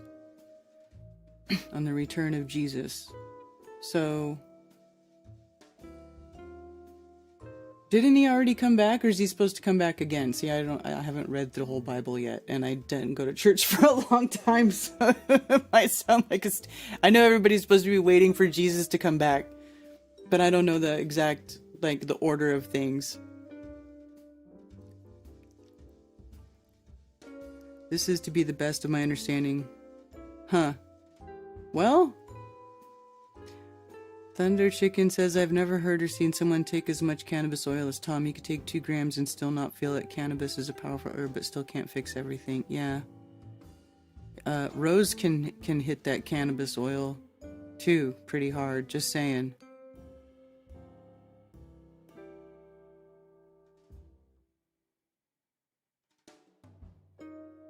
Did you know that they are changing the wording of UFO to UAP? Yeah, they started doing that a while ago. Now it's UAP. Cancer isn't necessarily a dense sentence. The fear porn is, yeah. But some of these cancers are pretty aggressive.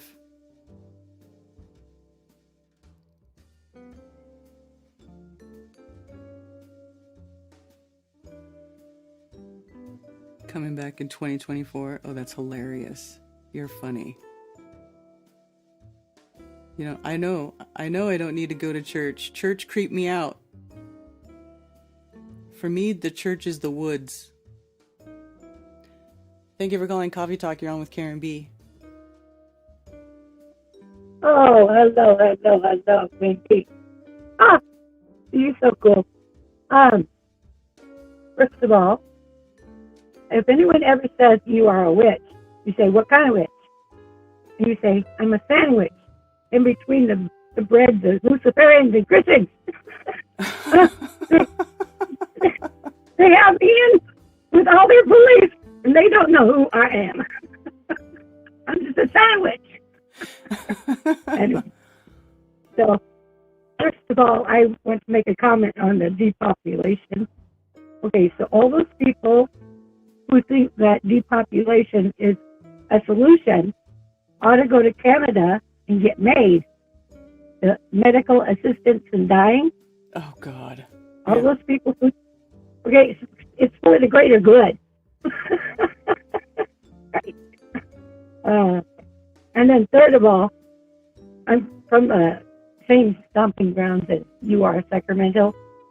We always did the jazz festival, the state fair, and of course there was that Cal Worthington, go see Cal, right, on Friday nights. Yeah, I was like 22 years there. Okay, so I just wanted to share a couple of major beliefs about the scriptures. Okay. If that's okay. Sure. First of all, if you research the Apostle Paul, the deceiver, you will find that he contradicts the Messiah again and again and again. And he's back and forth and wishy-washy. He is not, he is the first Antichrist as far as I'm concerned. He's the creator of Christianity because originally they were called followers of the way. And the Messiah, Yeshua HaMashiach, is the way, the truth, and the life. So if you're following him, you don't need all that other bullshit. Anyway, the next thing is the book of Revelation, as far as my research I can find, which did not come about until 5 centuries later. So I see that as a playbook for the evil one. And there's certain things in Revelation you can verify that the Messiah is not the morning star, that is Lucifer. Mm-hmm. The Messiah never said it. He always said, my kingdom is not of this world. So it's not going to be here. You know? Mm-hmm. And then Christians are so deceived by this book that they believe it into happening. You know? The evil ones have already destroyed a third of the earth, at least. You know, with all their mechanisms, with gene therapy and GMOs, et cetera, et cetera. So the only solution is, and I haven't heard anyone say this, but it is a solution, is that, remember when Abraham said about Sodom and Gomorrah, if there were 50, would you save the city? And he brought it down to 10. Would you save the city? And Yah said, yeah. But they weren't there. They weren't there. So these people who do believe in him and do honor him need to worship him, not pray for this and pray for that and pray for this and pray for that. You need to extol, honor, praise, thanksgiving, you know, for everything that are blessings in your life. You know, do this 3 minutes a day. What was that? Are you? Oh, I'm sorry. A call is coming in, but don't. I'm sorry. I didn't mean for that to happen. So anyway, I believe the solution is that all of y'all's people. Shut up, phone. Sorry. Did that interrupt? Am I still on with you? Mm-hmm. Okay. So our solution is to practice our rituals of praise, extolling, honor, worshiping our Heavenly Father. That is the answer to all of it. He can handle it, but we don't honor him. I mean, all these preachers say, pray this, pray that, pray. Well, all day long, you're going to beg and plead. No, you need to honor your Creator. If you took 3 minutes a day, raised your hands, and just did a personal worship alone, that would affect thousands, maybe millions. You know, but it's something so simple and easy to do. I mean, you spend more than 3 minutes in the bathroom a day.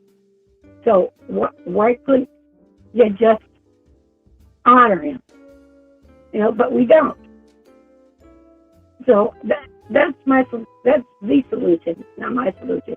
Mm. There was, I don't even know whether you recall, pardon me, when the Israelites crossed the Red Sea, the Amalekites attacked them unprovoked. And the battle went poorly if Moses did not have his hands raised. Right. As soon as his hands came down, they started losing. So they placed rocks there to keep his hands raised, and prevailing over this. And I think that's how we can do it. I mean, I know that's how we can do it, I think. But I haven't heard anyone say it, so I'm in my last days. I'm old, and I would just want to make one call to one open mind that can maybe share what is said, and maybe somebody will practice it and see the glory that can be, rather than, damned all the day long. You get so damnable tired. Yeah. Anyway, Queen Bee, I love you. I thank you for all that you do. I haven't met you because I have had ill health, but I listen and follow you closely, and I love you dearly. Oh, well, thank you so much. Okay, babe. Thank you for calling. I'll let you go. All right. God bless. Thanks. Yeah. I think she's got a point. The attitude of gratitude, I feel like is kind of what she's saying. Have the attitude of gratitude. Yeah, and a lot of people don't even show any appreciation for what they have. I think the video done by Professor Simon Holland called Melted Rock Forts of Scotland may be worth watching.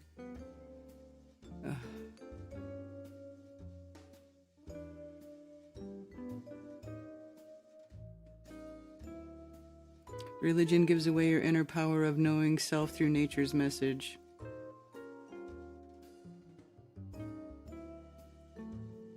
God is good, God is great, thank you for our food.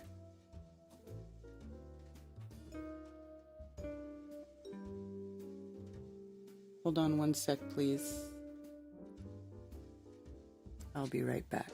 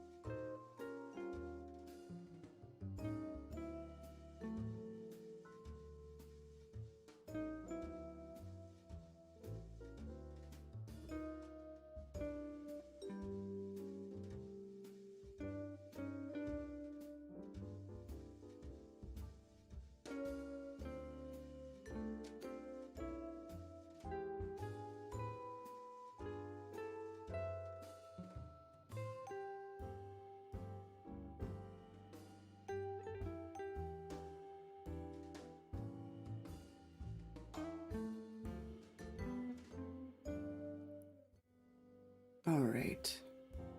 Let me see what's going on in here.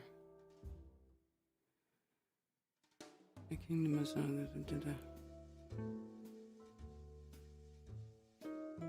Bad Paul. I know that there have been a lot of things where they talk about the Apostle Paul.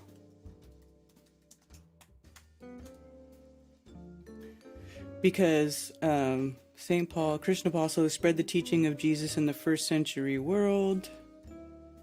Who is the Apostle Paul?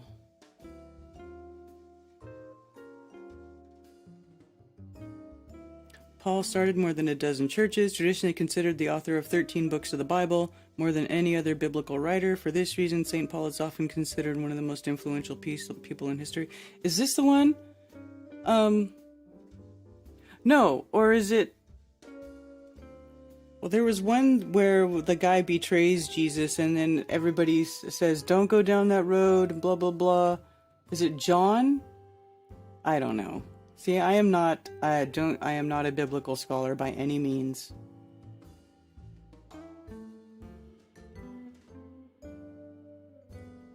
Present at the death of the first Christian martyr where he approved the stoning of Stephen.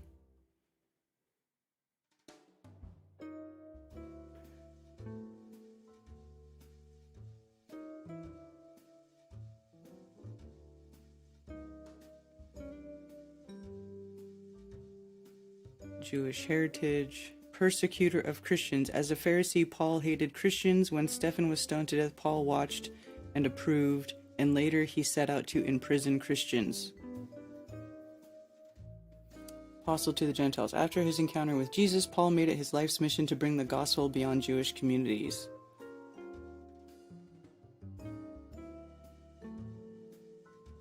So at first he was all against Jesus, and then he became an apostle. Is that what happened?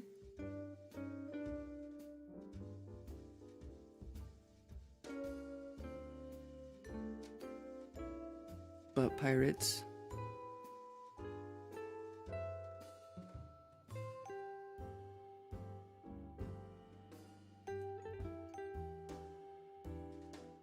Paul did some killing. Saul said F you to God. Was it Saul? Outside of Jesus Christ and John the Baptist, Paul is the greatest.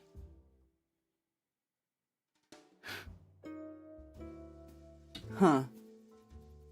But isn't there one? I don't know. Whatever. It doesn't matter right now. It's not relevant to what we're talking about right now. Anyway, it doesn't matter. Doesn't matter. Anyway,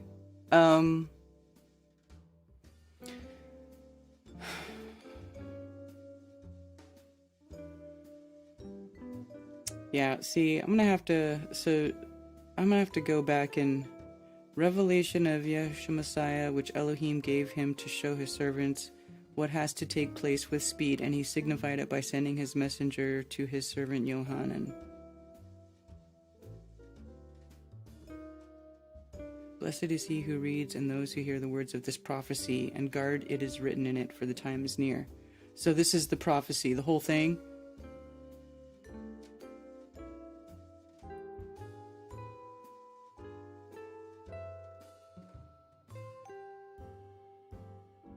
See, I haven't read it, because I wanted to read it in order, and I'm just not that far yet.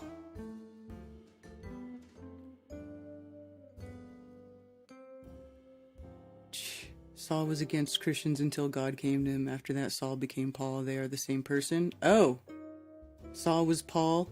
Well, yeah, the names changed. There are a few things where that, just like Yaakov becomes Yisrael, right?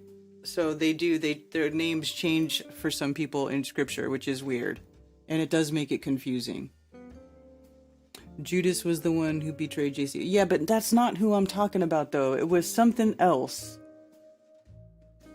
I want to say it was something to do with the name John.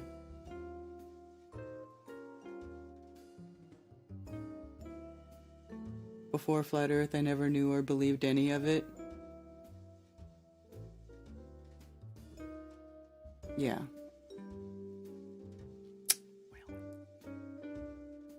R.I.P. Tommy. Yes. Rest in peace, Tom. Sorry to hear about the passing of him. I didn't know him very well. I have to admit, I did not know him very well. But, man, it still sucks to hear about losing one of our people.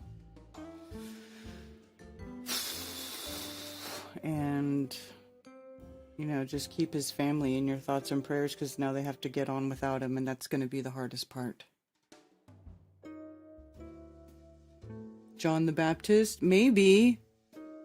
I don't know these stories enough. That would be John after Jesus arrests. Because there's one where apparently if people start going and do like looking into this particular thing where it's like he goes against Jesus, that people leave the church because of it quite often. And so that's what I'm thinking about. I don't know if you guys know what I'm talking about. I've just seen people talk about it on Facebook and online and on forums and stuff, but I don't remember exactly what it is. Maybe. I don't know.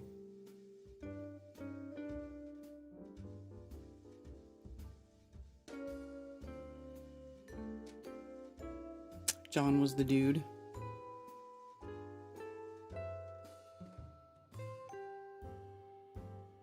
Well, I don't know. I don't know. Anyway. If you guys want to do a meetup.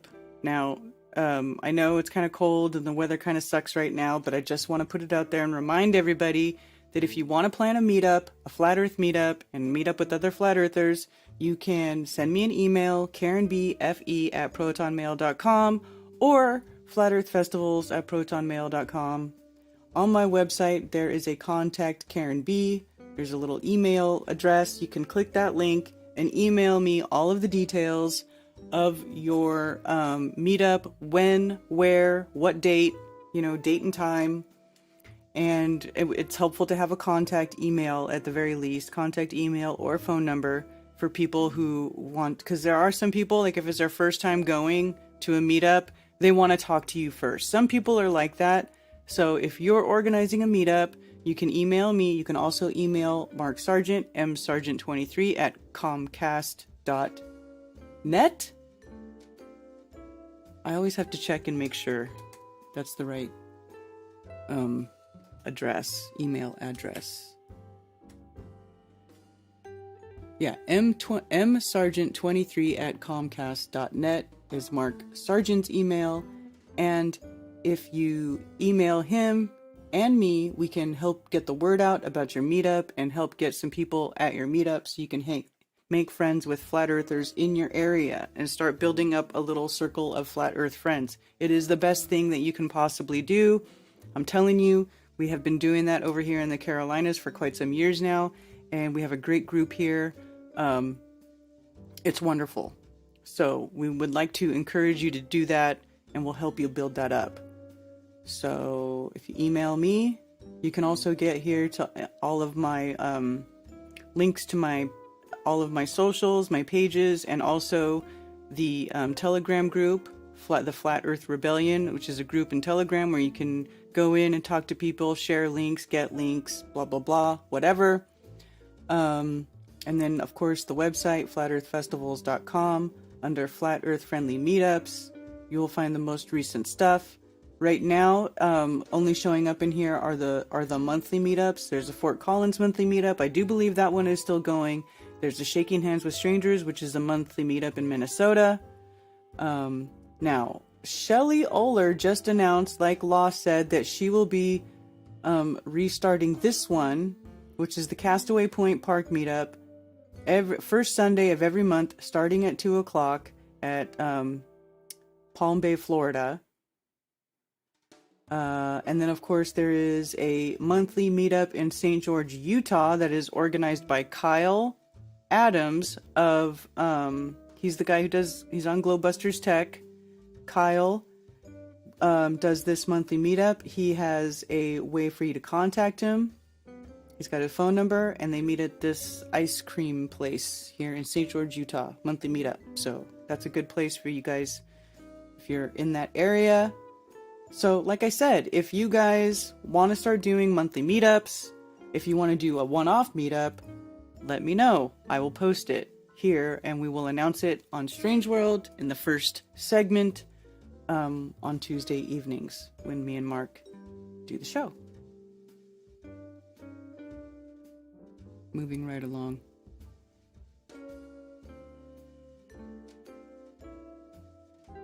Solar powwow.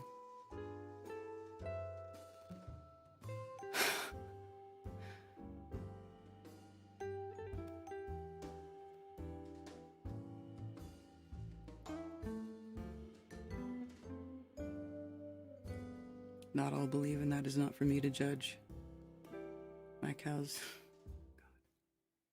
What are you guys saying?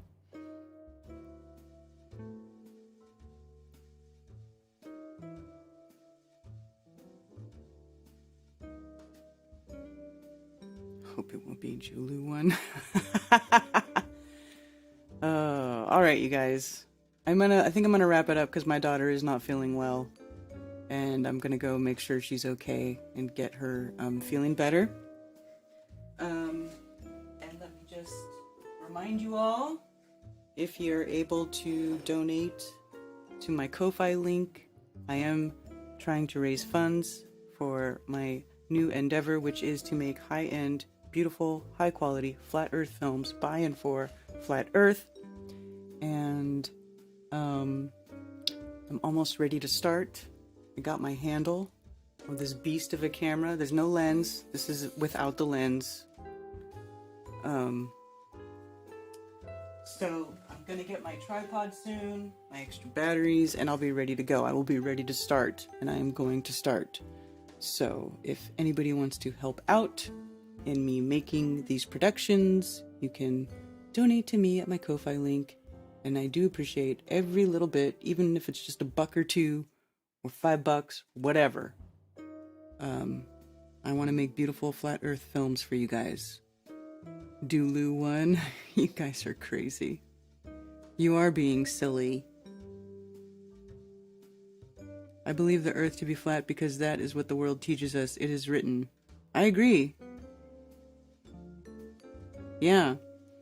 Also, if you guys are subscribed to J. Tolan Media, he put out another video today, longest range infrared visibility over Utah, new footage, and it's actually pretty cool footage. I actually like this video because he doesn't make any claims about what the peaks are, but you can tell that they are really freaking far away. And maybe it might even be fun practice for you guys to go in and look where he places his, look where his flight path and where he was looking, and you guys can perhaps give it a try on identifying the peaks, right? He kind of gives you an idea of where he's at, and maybe you can go see how hard it is to identify these peaks over long distances. But it's really cool footage. It's really good video. It's pretty cool to look at. I will say that. So go check that out. And also, I hope you guys have a wonderful rest of your day. I will be back tomorrow evening with Mark Sargent for A Strange World, of course, at 10 p.m. Eastern. And Glowbusters Tech Thursday, etc., etc., etc. And I do appreciate all of you for being here with me. Thank you, thank you, thank you for your support. Thank you for watching. And yeah, have a wonderful rest of your day. And for those who wish to send me stuff through snail mail, you can send it to P.O. Box 10, Earl, North Carolina, 28038. There are also links below for Flat Earth merch, and you can send me donations. And I do appreciate all the support. Sincerely, thank you very much. Also, please go to flatearthfestivals.com for all information about upcoming Flattoberfests and Flat Earth-friendly local meetups. If you are organizing a local Flat Earth meetup, email me at flatearthfestivals@protonmail.com with your meetup information to have it listed on the website for free. For everything else, you can email me at karenbfe@protonmail.com.